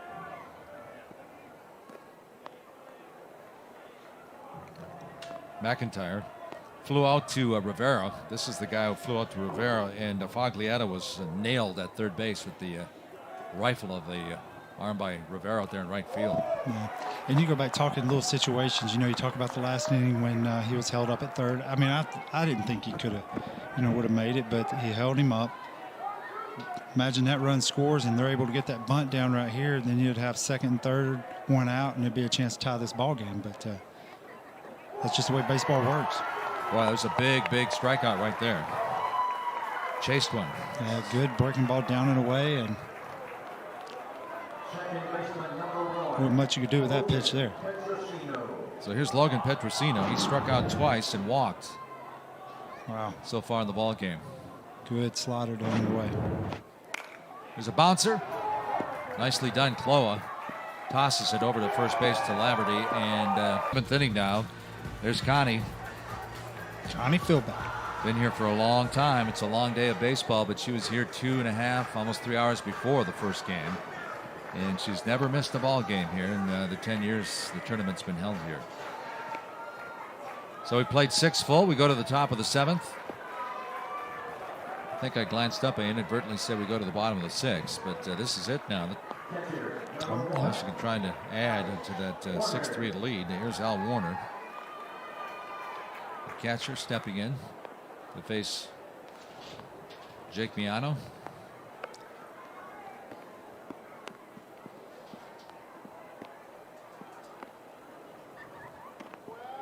And the first pitch outside for a ball.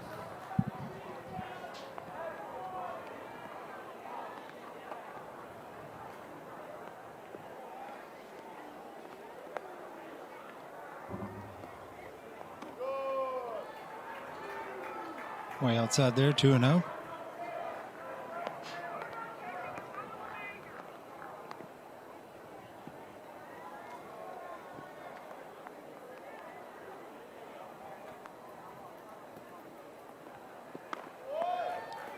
And you can see it's still barely coming down, it looks like. And not sure what Miano was signaling to the dugout.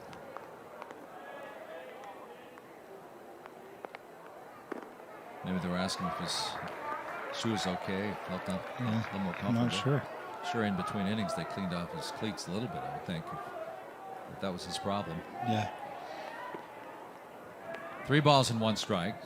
Here's the 3-1 delivery from Miano. And it's 3-2.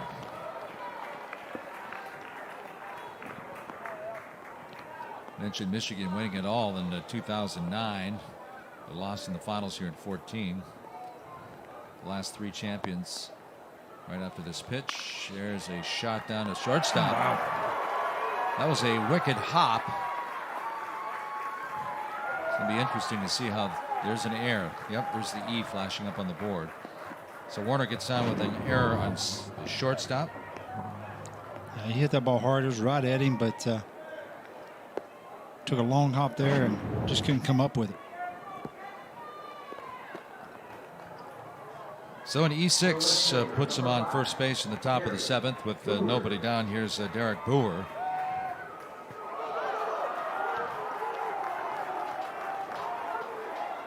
And guess what?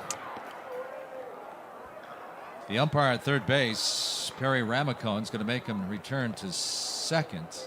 And the ball was still in play. I'm not sure. They're making him go back to first because I don't think the ball was in play is what they're saying, and I'm not sure.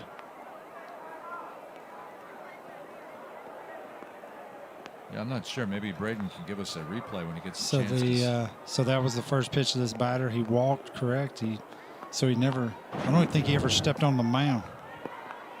Yeah. Oh, okay. Yeah, he's gone dead before it was. There's a bunt, and it's a good one. Miano jumps on it.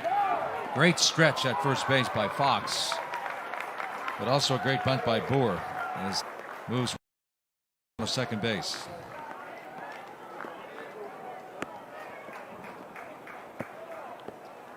Yeah, good job, good stretch, good play.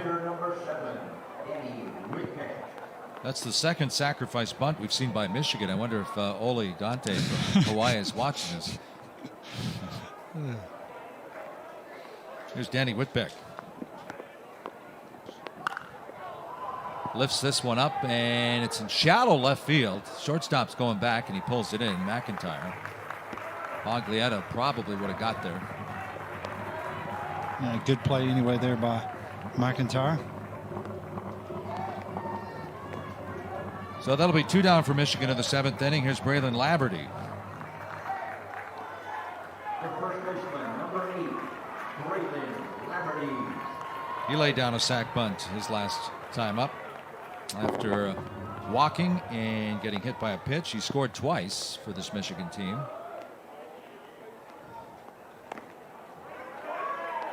Now with the chance getting the start today for Dan Cronkrite, he has a chance to pick up an RBI here. The runner out at second base. Here's the 0-1 pitch. Misses outside. 1-1.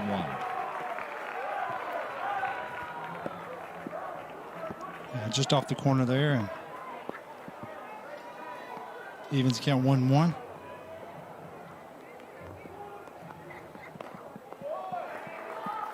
Let me see if I get this straight. We talk about Mike Levine at third base, and then Zach Levine is Mike's son. Matthew Levine is Eric's son. And Eric Levine is a brother. Okay. Family affair. Got it down.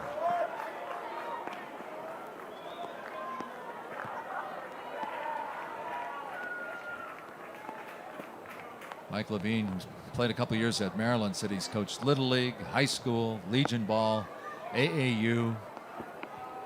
He's done the circuit here in the game of baseball.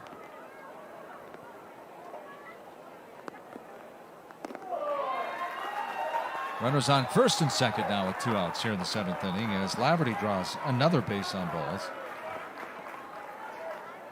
So Nolan Sanders, who has the RBI single back in the 2nd inning. Center fielder, number 6, Nolan Sanders.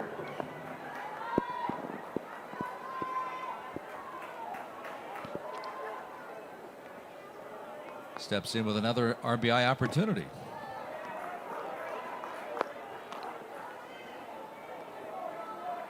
That ball about got away from there and got to Nolan.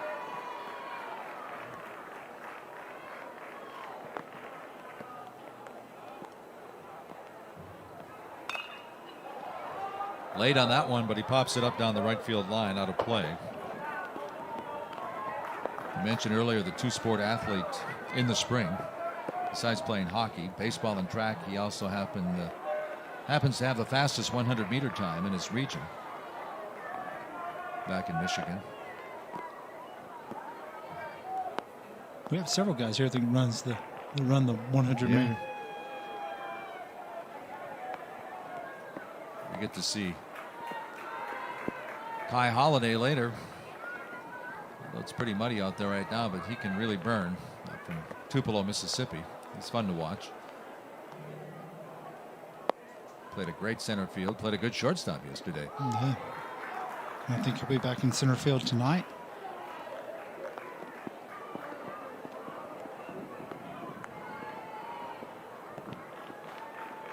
He hasn't been caught trying to steal. We're talking about Holiday. He'll be up against a very quick Hawaii team. I think Holiday's now, what, 27? His last 27 attempts? Yeah, 27 for 27. Ground ball. This will be a tough play. Long throw, and it won't get there. That'll be an infield single. And the bases are loaded. I actually thought McIntyre was going to come up and try to go to third, but that since it was carrying him that way to try to get a force there at third. But so Sanders, the number 9 hitter, picks up his second base hit. We go to the top of the order with Al Money. And there you can see the bases loaded.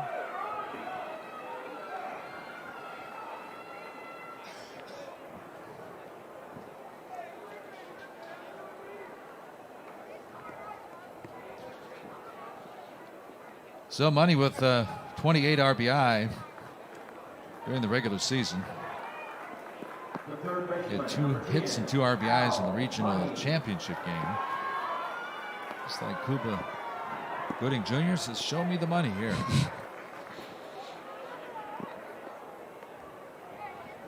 Base hit here could make it very difficult in the 7th for Massachusetts to even think of coming back.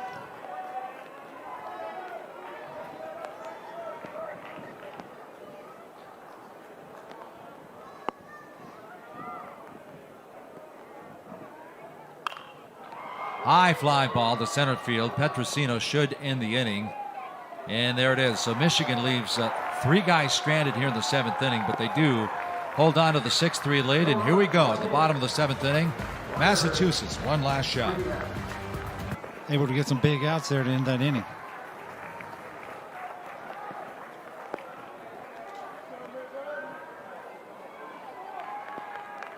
So Tyler, who was 2 for 4 in the first game, he doubled his last time up. Got stranded at third base. So Cloa came in and did a great job, retiring a couple of batters to get out of the 6th inning.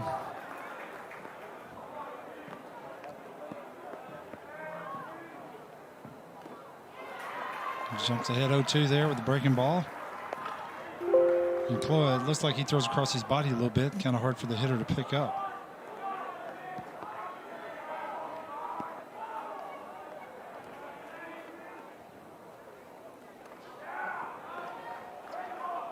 Oh, it bounced up. I thought it hit him. I thought, oh, you're heading the count 0-2. You hate to lose him by hitting the batter.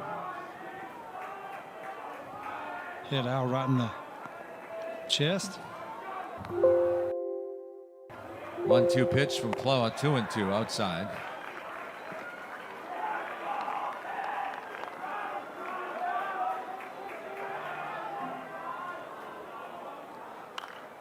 Popped up out of play. And the count remains 2-2 to Tyler Petrosino.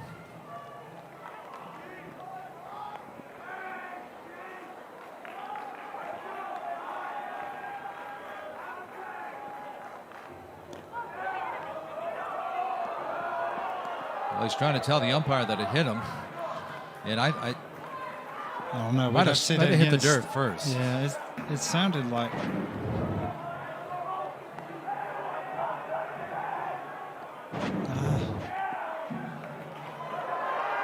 I think it did hit him, but I think it skipped up and hit him. I don't think he was lying about it.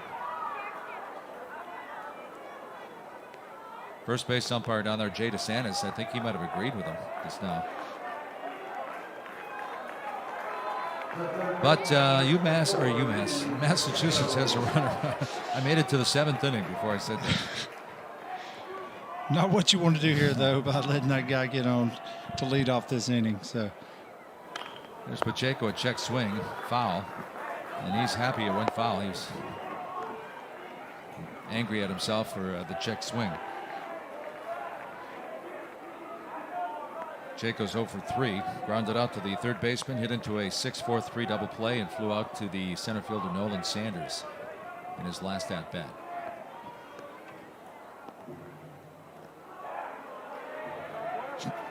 One and one count.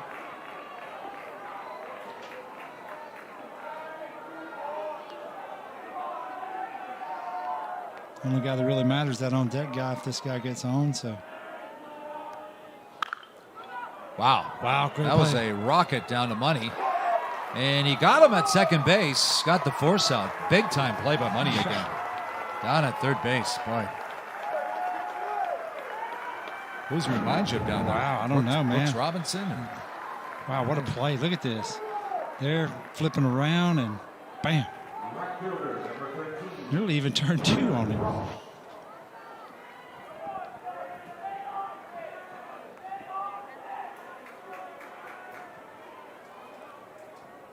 There's Brennan Frost now with 1 down.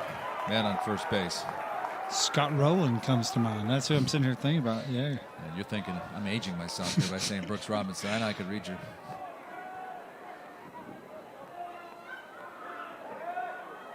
Now here's one for you. How about Don Wirt?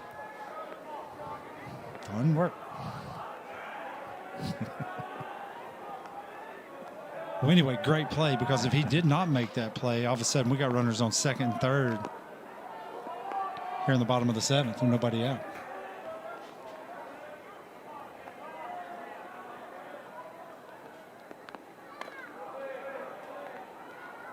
They say those third basemen down in the hot corners, they're like vacuums. And I tell you, we've seen some major league defensive plays down in the hot corner. Yes, we have. And Money's made a few of them.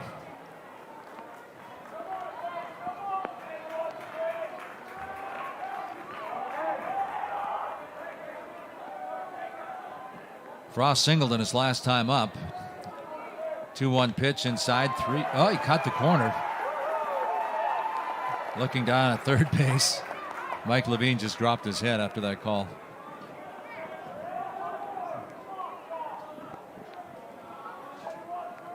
So it's 2-2. And he drops one into left I thought he was field. going to dive for it there. And So the tying run coming to the place now with just one out. It's going to be Matt Plose. Nice piece of hitting that time by Brennan Frost. So that's his second base hit. He's walked twice, 2 singles, so he's 2 for 2. you see me, he does Miano there. He's excited, yelling. I lost my voice by now.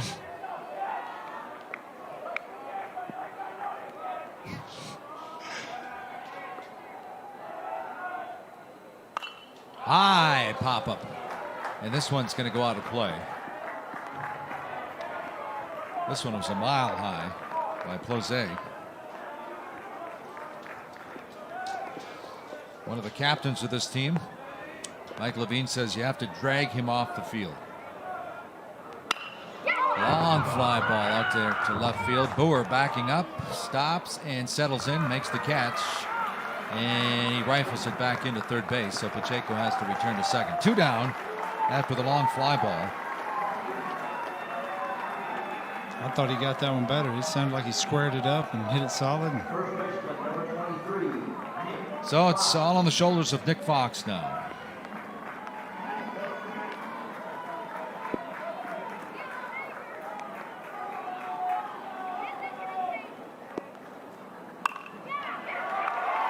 He drives it through the left side. Here comes Pacheco rounding. Here's the throw, the cutoff, and it's in time! They got him at the plate! Bang, bang play. Boer to Money to Warner, and that's it. Michigan is on the board with a victory, 6-4. Wow, that was a great relay. Good tag by the catcher, and it's a crazy way to end the ball game right there. Braden, let's take another look at that one if we can. Good throw to Money and to Al, and good tag there, Mike. And the scoreboard already put the 4 on. It was 6-3. I looked up, it said 6-4, but the stop there, the tag by Warner, and Michigan wins it 6-3. Before we say goodbye, and remind you that we got another good one coming up with Tupelo, Mississippi, taking on Honolulu, Hawaii. As we take a look at the pool play, so Massachusetts goes to 1-1. Michigan's in the win column with 1-1, and things are really starting to get interesting. Yeah, tomorrow that Iowa-Michigan game, that's going to be a very, very interesting game to see what happens, who makes it into the semis. So the Michigan team came out with 2 hits to opened up against Idaho, losing it 3-2. They bring out the bats tonight. 6 runs, 9 hits, and 1 error. Massachusetts 3, 6, and 2. Yeah, good game. I mean, that's a crazy way to end the game. It was a good game. Michigan's bats come alive, and hopefully Mass can recover on their next game. Well, that'll do it for us for this game. Coming up, it's going to be Mississippi and Hawaii for Steve Woodard. And our entire crew, Mike Gleason saying so long, hang in there. We got another good one coming up to wrap up this Saturday.